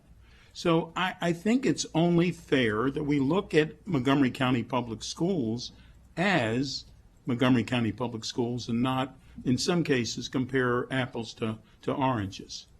When you were talking about the part-time employees that are going to be, do you know how many, there's people who say, look, I can't go full-time. Do we know how many people would actually maybe do it? Councilmember Katz, I can't thank you enough for that comment, because I think that the context does matter, especially when you see this these big budget numbers, it's hard to conceptualize it because as individuals, we see these numbers and they are massive. As an organization and as a business entity, we're larger than Bed Bath & Beyond at its peak. But we know what happened then. So sure. Don't go there. No, Don't we certainly don't want to go in that direction. But but as an entity, you want to talk about a nationwide prolific chain, and relative to the size and scope of what we provide, as a transportation entity, we're fairly significant, larger than most municipalities. We're the largest restaurant chain in Montgomery County, by the way, in case you're wondering. We have 211 locations, and we serve lunch and breakfast. We also have more students accessing our federal free lunch program than the District of Columbia has students. Yeah. Now, a lot of people don't think about that when they think about Montgomery County. So when we think about it, we think in terms of that scope. So asking specifically about the number of our paraprofessionals and would they be willing, the overwhelming majority, more than 9 out of 10, would take the full-time position. These are some of our lowest wage positions to begin with. And we really see the need to create stability in some of those really high needs classrooms, and that's what's really motivating this change. This also comes along another budget line that we haven't spent a lot of time talking about, but is critically important, is what do we do in terms of position reclassifications? There's always a long list of requests for position reclassifications and a very short list of position reclassifications that actually go underway. Looking at our paraprofessionals was a big position reclassification, and you won't be surprised at the outcome. The job responsibilities of our paraprofessionals range wildly. Things from administrative office tasks to tutoring activities to toileting and even medical procedures. That's a pretty wide range. The group of paraprofessionals that we are talking about are on the far end of that range where they are performing medical procedures in many cases, performing toileting, dealing with extreme behaviors, and it really is a high needs group. So thank you for illuminating those ideas. Thank you. And I do want to say, first off, that I appreciate the Education and Culture Committee's recommendations. And I want to thank you and Councilmember Friesen, I think, was the first one to bring it up about safety and security in our schools. And I want to thank President Yang and you, Dr. Taylor, for your answers. This has been a tremendous concern for quite some time. And I do think that and of course it causes an emotion. There are people that didn't want a police officer with a gun in a school. And then when there's the God forbids in this life, when you need a police officer, you need them to be well resourced and have the ability to stop a horrible problem. So we need to have that good, honest, open conversation. I appreciate much of what my colleagues have commented today.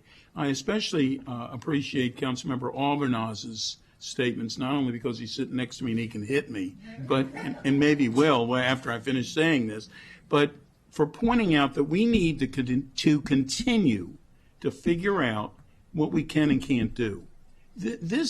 We have our community right now is a hurting community. We have a lot of people with wealth, but we have a lot of people who don't have it. We have people who, to his point, who don't have food on their table, and how we are going to try to take more, quote unquote, money, taxes from them. How are we going to do that? We can't do that. And then that whole thing for retroactive, here you lost your job and you're still going to have to pay more tax. And we are struggling. We really are. And that's not because we don't want to do the right thing. It's because we don't know how to do the right thing. It is a huge problem. And to the points earlier, it's not your problem, it is our problem. We are here with you. We need to be with you. We need to figure this out. The only thing I can, and I'm going to end on this, I promise that I will be continuing to look at how we can succeed together. And that doesn't mean that everything that's on the table right now is going to be able to stay on the table. But it means that we're going to have to figure it out together how we can go forward. And there is a future, and we're going to continue that future as we work through as a community. Thank you very much, Madam President. Thank you. Councilmember Balcom. Thank you. I don't know if I'm last, but okay. Okay. I was going to say, you know, my comments have changed after every time somebody speaks because it's just a very complex. I first want to thank the Education and Culture Committee for the very diligent work that you've done throughout the whole year in pulling this together. Really, we all rely on your expertise, so thank you. And of course, thank you to the administration and to the board. You have always been so generous with your time, not only in discussions, but with our constituent services. We get calls all the time, and we pass them along to you, and it's been seamless. So I appreciate that. And I do think that we are in a much different place this year than we have been in the past couple of years.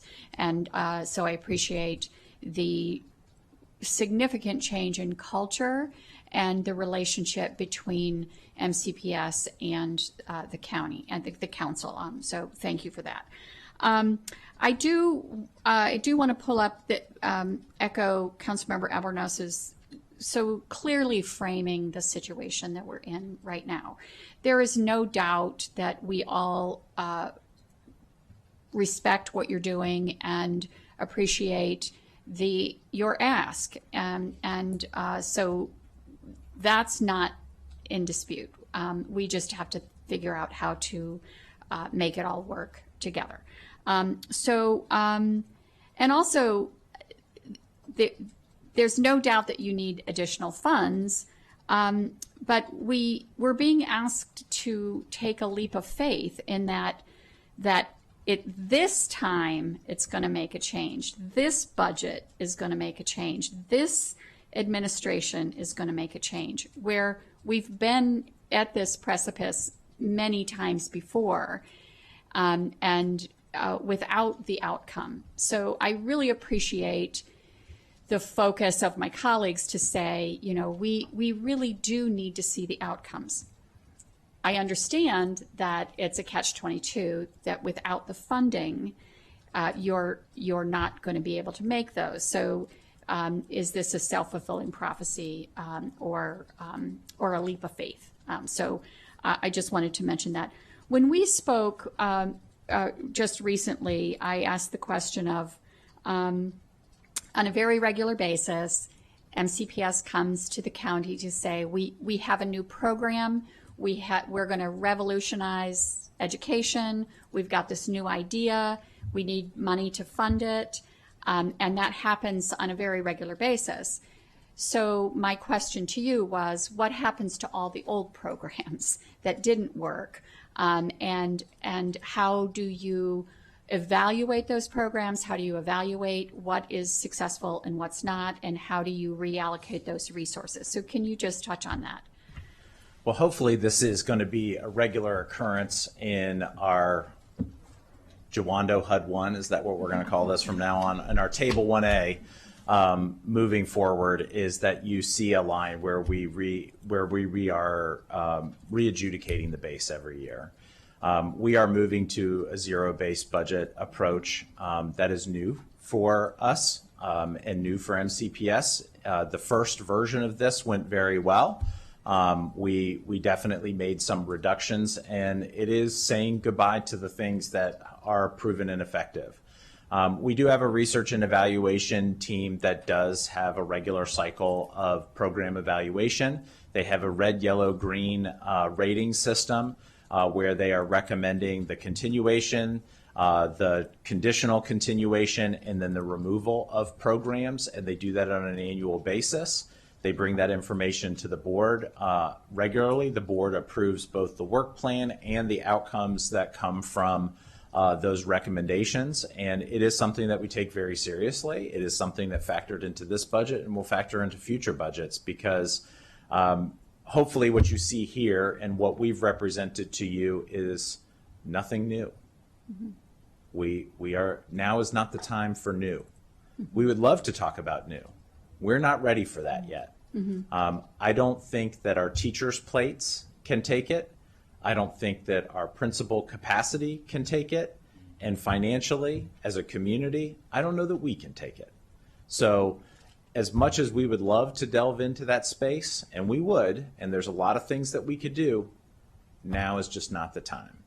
So we really do need to pull back before we can take a step forward again. And I think that when we take a step forward, it needs to be in unison, and there needs to be some agreement as to this isn't an area that we absolutely need to invest in and why.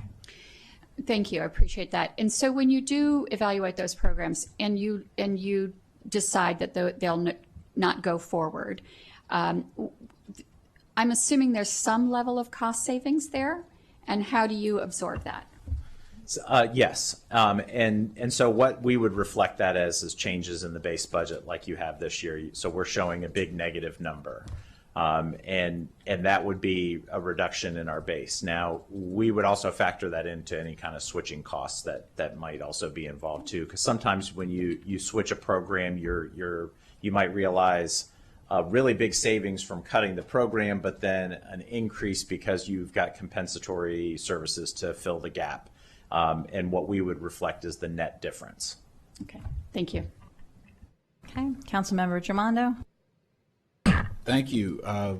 Really appreciate the comments of my colleagues, and I tried to just present the recommendation. I just want to drill down on two things that I think are super important for our conversations going forward and what we're going to do. Public education is one of the few things that we are required to fund. This is an and. I couldn't agree with you more. This is and. We have to take care of our community. That's why I love Montgomery County, because we say we're not just going to do the things we're required to do. We're going to do the things our community needs. That being said, this is a huge community need, which we all agree about. And there is significant, there's a lot at stake in this budget. You mentioned that we're 99.5% staffed in special education. That's really not true. In the sense that we are not staffed at the levels we say we are staffed in special education. We have positions filled. Correct. That are allocated for people. But if you go to a special education classroom in an elementary school across we're not where we need to be. Could you just talk about that and layer onto that the fact that our special education students and our emergent multilingual students, where most of this budget is going to go, are students who are doing the worst, rephrase, who don't have the opportunity to do their best because of that lack of staffing. So one way to look at our budget change sheet, or this table 1A, and it's divided into a handful of sections: revenue, changes to the base, non-discretionary expenditures, blueprint, and then discretionary expenditures. The non-discretionary expenditures might be things that we're not proud of, that are gaps. That's a good way of thinking about it. And you've got a few things there, like our employee benefits plan, our salary lapse issues, our maintenance that we're trying to address.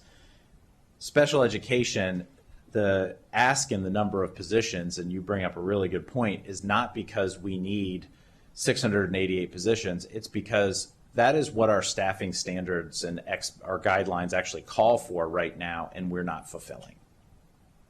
So this is what we say we are actually staffing at, but we are not actually staffing at them. So the allocated positions are actually 688 FTEs off of what our projected staffing should be based on what our staffing guidelines are. So I say all that to say that this is a real embarrassment for us as a school system, and why you get complaints about special education is because we are not actually staffing to the level that, and this is really what Councilmember Juando is getting at, Vice President Juando is getting at, is that we are not staffing fully to the levels that we communicate to the public that we are staffing. So when we say a classroom is 20 to 1, or we say a classroom is 10 to 1 because it's a high needs special education classroom, we are not actually doing that. And this is the difference. So also, like Vice President Juando said, it's not really a choice whether or not we do special education. It really is, you just have to do special education, whether it's the Individuals with Disabilities Education Act or guidance from MSDE or parents who file suit in the Office of Civil Rights for noncompliance. This is something that we must do, both because it's a moral imperative and it's also a legal imperative, and it's absolutely necessity if we want to give our kids a chance at success, both in the special education classroom and in the general education classroom setting, because it creates capacity. So that is what we're trying to do in terms of filling our needs. To answer your question very directly, of our classroom positions that are allocated for special education, yes, we are 99.5% filled at the start of the school year. That doesn't include specialist positions like OT, PT, speech pathologist, in which we are not fully staffed, not even close. And I know you keep trying to recruit Mrs. Katz back. I was trying to get through one council meeting without I said recruiting it, you didn't say it. Councilmember Katz's wife back to the workforce. I think that's an offline conversation. But to that point, and the same story could be told, although to a much less degree, with our emergent multilingual learners, in making sure that there's transparency in what we say we're staffing versus what we're actually staffing. Right now, we're not fulfilling that. And in order for us to really earn the trust of the community, it really would be for us to fulfill this particular part of the budget. I appreciate that. And last thing I'll just say in 30 seconds, the 18.6 that we put on the reconciliation list, similar to Montgomery College, was for the pension shift. But it would be a real cut if you had to absorb it. It would mean something else on that list, that HUD 1, that would have to go away. And I just want to make sure colleagues understand that in the light of transparency, and we're very appreciative of that. But we need to understand that that's a fact. Yes. Thank you. Thank you. Madam President. Councilmember Mink. Thank you, and apologies everybody for jumping back in the queue, but I did want to give you the opportunity to speak to, there are two budget lines under discretionary, and now discretionary, as has been before, doesn't mean that these are all just like nice to have. These are not fluff. They are not, and we know that school-based safety, for example, is in there. These are pieces that are not necessarily mandated by law. But within that, there are two line items that are labeled as program enhancement. And that's the CREA, and that's the blended online and distance learning expansion. And, one of those it hits close to home for me because I recently, and on the hopefully tail end of a health scare with a kid, that had me thinking, oh, my kid might be entering this program, and being aware of some of the really serious deficiencies in the spirit of transparency here that there have been in this area. I'm glad to know that this is a budget line here. We have a requirement to serve every student, and we have some students for whom this is how they are able to access education. And so while it's under discretionary and it's called program enhancement, if you could speak to why that line is so necessary, as well as the CREA. I'll do this very briefly for council's benefit. What determines whether something is discretionary or non-discretionary? If it's non-discretionary, either by law, statute, policy, or contract, it's a requirement. So we are fulfilling contractual requirements, laws, statutes, or policy to fulfill something if it is non-discretionary. If it's discretionary, no external body is telling us to do this. So for example, no one is requiring us to have security assistance in our schools. We choose to do this because we know it's the right thing to do. Similarly, we know that not every kid can access the general education setting. It is incumbent on us to create mechanisms to do that. We do so very minimally right now. We feel as though our students who cannot access the general curriculum in our regular education setting need to have some better options than the ones that we have right now. This is an approach to try and enhance that experience for our young people. And I'm going to give you a great example that's just going to absolutely break your hearts, but regrettably, this is something that is a common occurrence when you have 160,000 kids. We have kids that are on organ transplant lists. They cannot go into a regular comprehensive high school. We have students that have chronic illness that require medical attention constantly. They cannot go into a comprehensive school. So how do we meet their needs in a really rich and fulfilling way? We have to come up with programs that do that. We also have students that time out in public school and that quite literally, because of life circumstances, whether it's through language acquisition or other things that happen in their lives, they cannot finish high school on time. And rather being a dropout and a drain to community resources, we can equip them with industry certifications and a GED, and we can do that through our career educational programs. The CREA Plus program expands our CREA program to include students who are not just EML students, but other students in our community who time out on high school, and this really gives them a ray of hope and some industry credentials so that they can be successful. No one is telling us to do that. No one is compelling us to do and to take this course. This is just the right thing to do for Montgomery County and for those kids. Thank you. Appreciate that.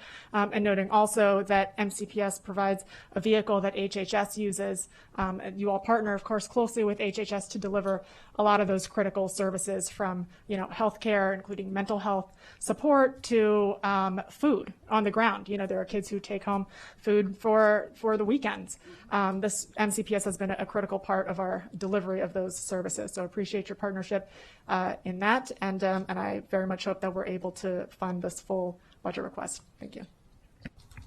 Great, thank you. I'll wrap us up by extending my thanks first to Ms. Alfonso Windsor.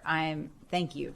I know the employment benefits plan has been something that has been a real issue. We had to address that last year, right around this time, which made our budget deliberations even more difficult last year, and really just appreciate that there is a plan in place moving forward. And it looks like we're really going to move forward on that. And I do want to thank our unions for stepping up on that as well, because as Ms. Yang said, this is an and on all the things that we're doing. And I know our committee, our Government Operations Committee, looking at it at the county side as well in the employment benefit plans.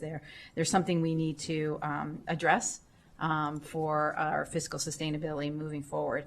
I do want to thank our staff, Mr. Prudy and Ms. Cummings, for excellent packets and staffing the EC committee and working with MCPS through this budget. I think, following along the great committee sessions chaired by Council Vice President Jawando, it was really easy to follow along with your information and packets, and appreciate that. And I do just want to echo what my colleagues said. Like, this is such a difference of where we are today than where we have been in the past. And as I was saying to Council Vice President Jawando, the thing that is so unsettling right now is I wish we weren't at this place where we are in the world right now, because I feel like we've come so far with understanding the MCPS budget, you all working hard to kind of get us on the right track, and yet there's so many unknowns we have, and I appreciate Councilmember Albernaz's comments earlier on this, and because just figuring out even on our revenue side what we even have right now is a much more difficult question than we have faced in other budgets. And so how do we prepare ourselves going into this year and making sure we can do all we can for our schools is going to be really important, because it is clear, the ask. I think you can see from the questions people asked here, it was very different this year than in prior years. But really thinking about how we piece this all together to set us up as a county in the best place possible for not just this year, but future years. And that's one of the things when we're looking at the revenue side, I just also want to bring up from our conversation yesterday, is that the projected revenue we get from the income tax increase is less next year than it is this year. So it is really important that, I know the number 75 million has been tossed out, and Councilmember Albanaz had mentioned this. That's a little shaky ground on that estimate. But the estimate is that that would even be less next year. So I think we have to be really careful. As I think Dr. Taylor, as you said, when you're in a hole, you stop digging. And we need to be thinking about how we're funding this year's budget as well as future years. But I do just want to extend my deepest thank you to all of you, to everyone who worked on this, because I know there are many people, and you all are doing your budget like we are year round, and appreciate the collaboration and your time. And as was said, we're going to keep the conversation going over the next few days and into next week. So thank you. And I think with that, we are going to recess until we return at 1:30 today. So thank you.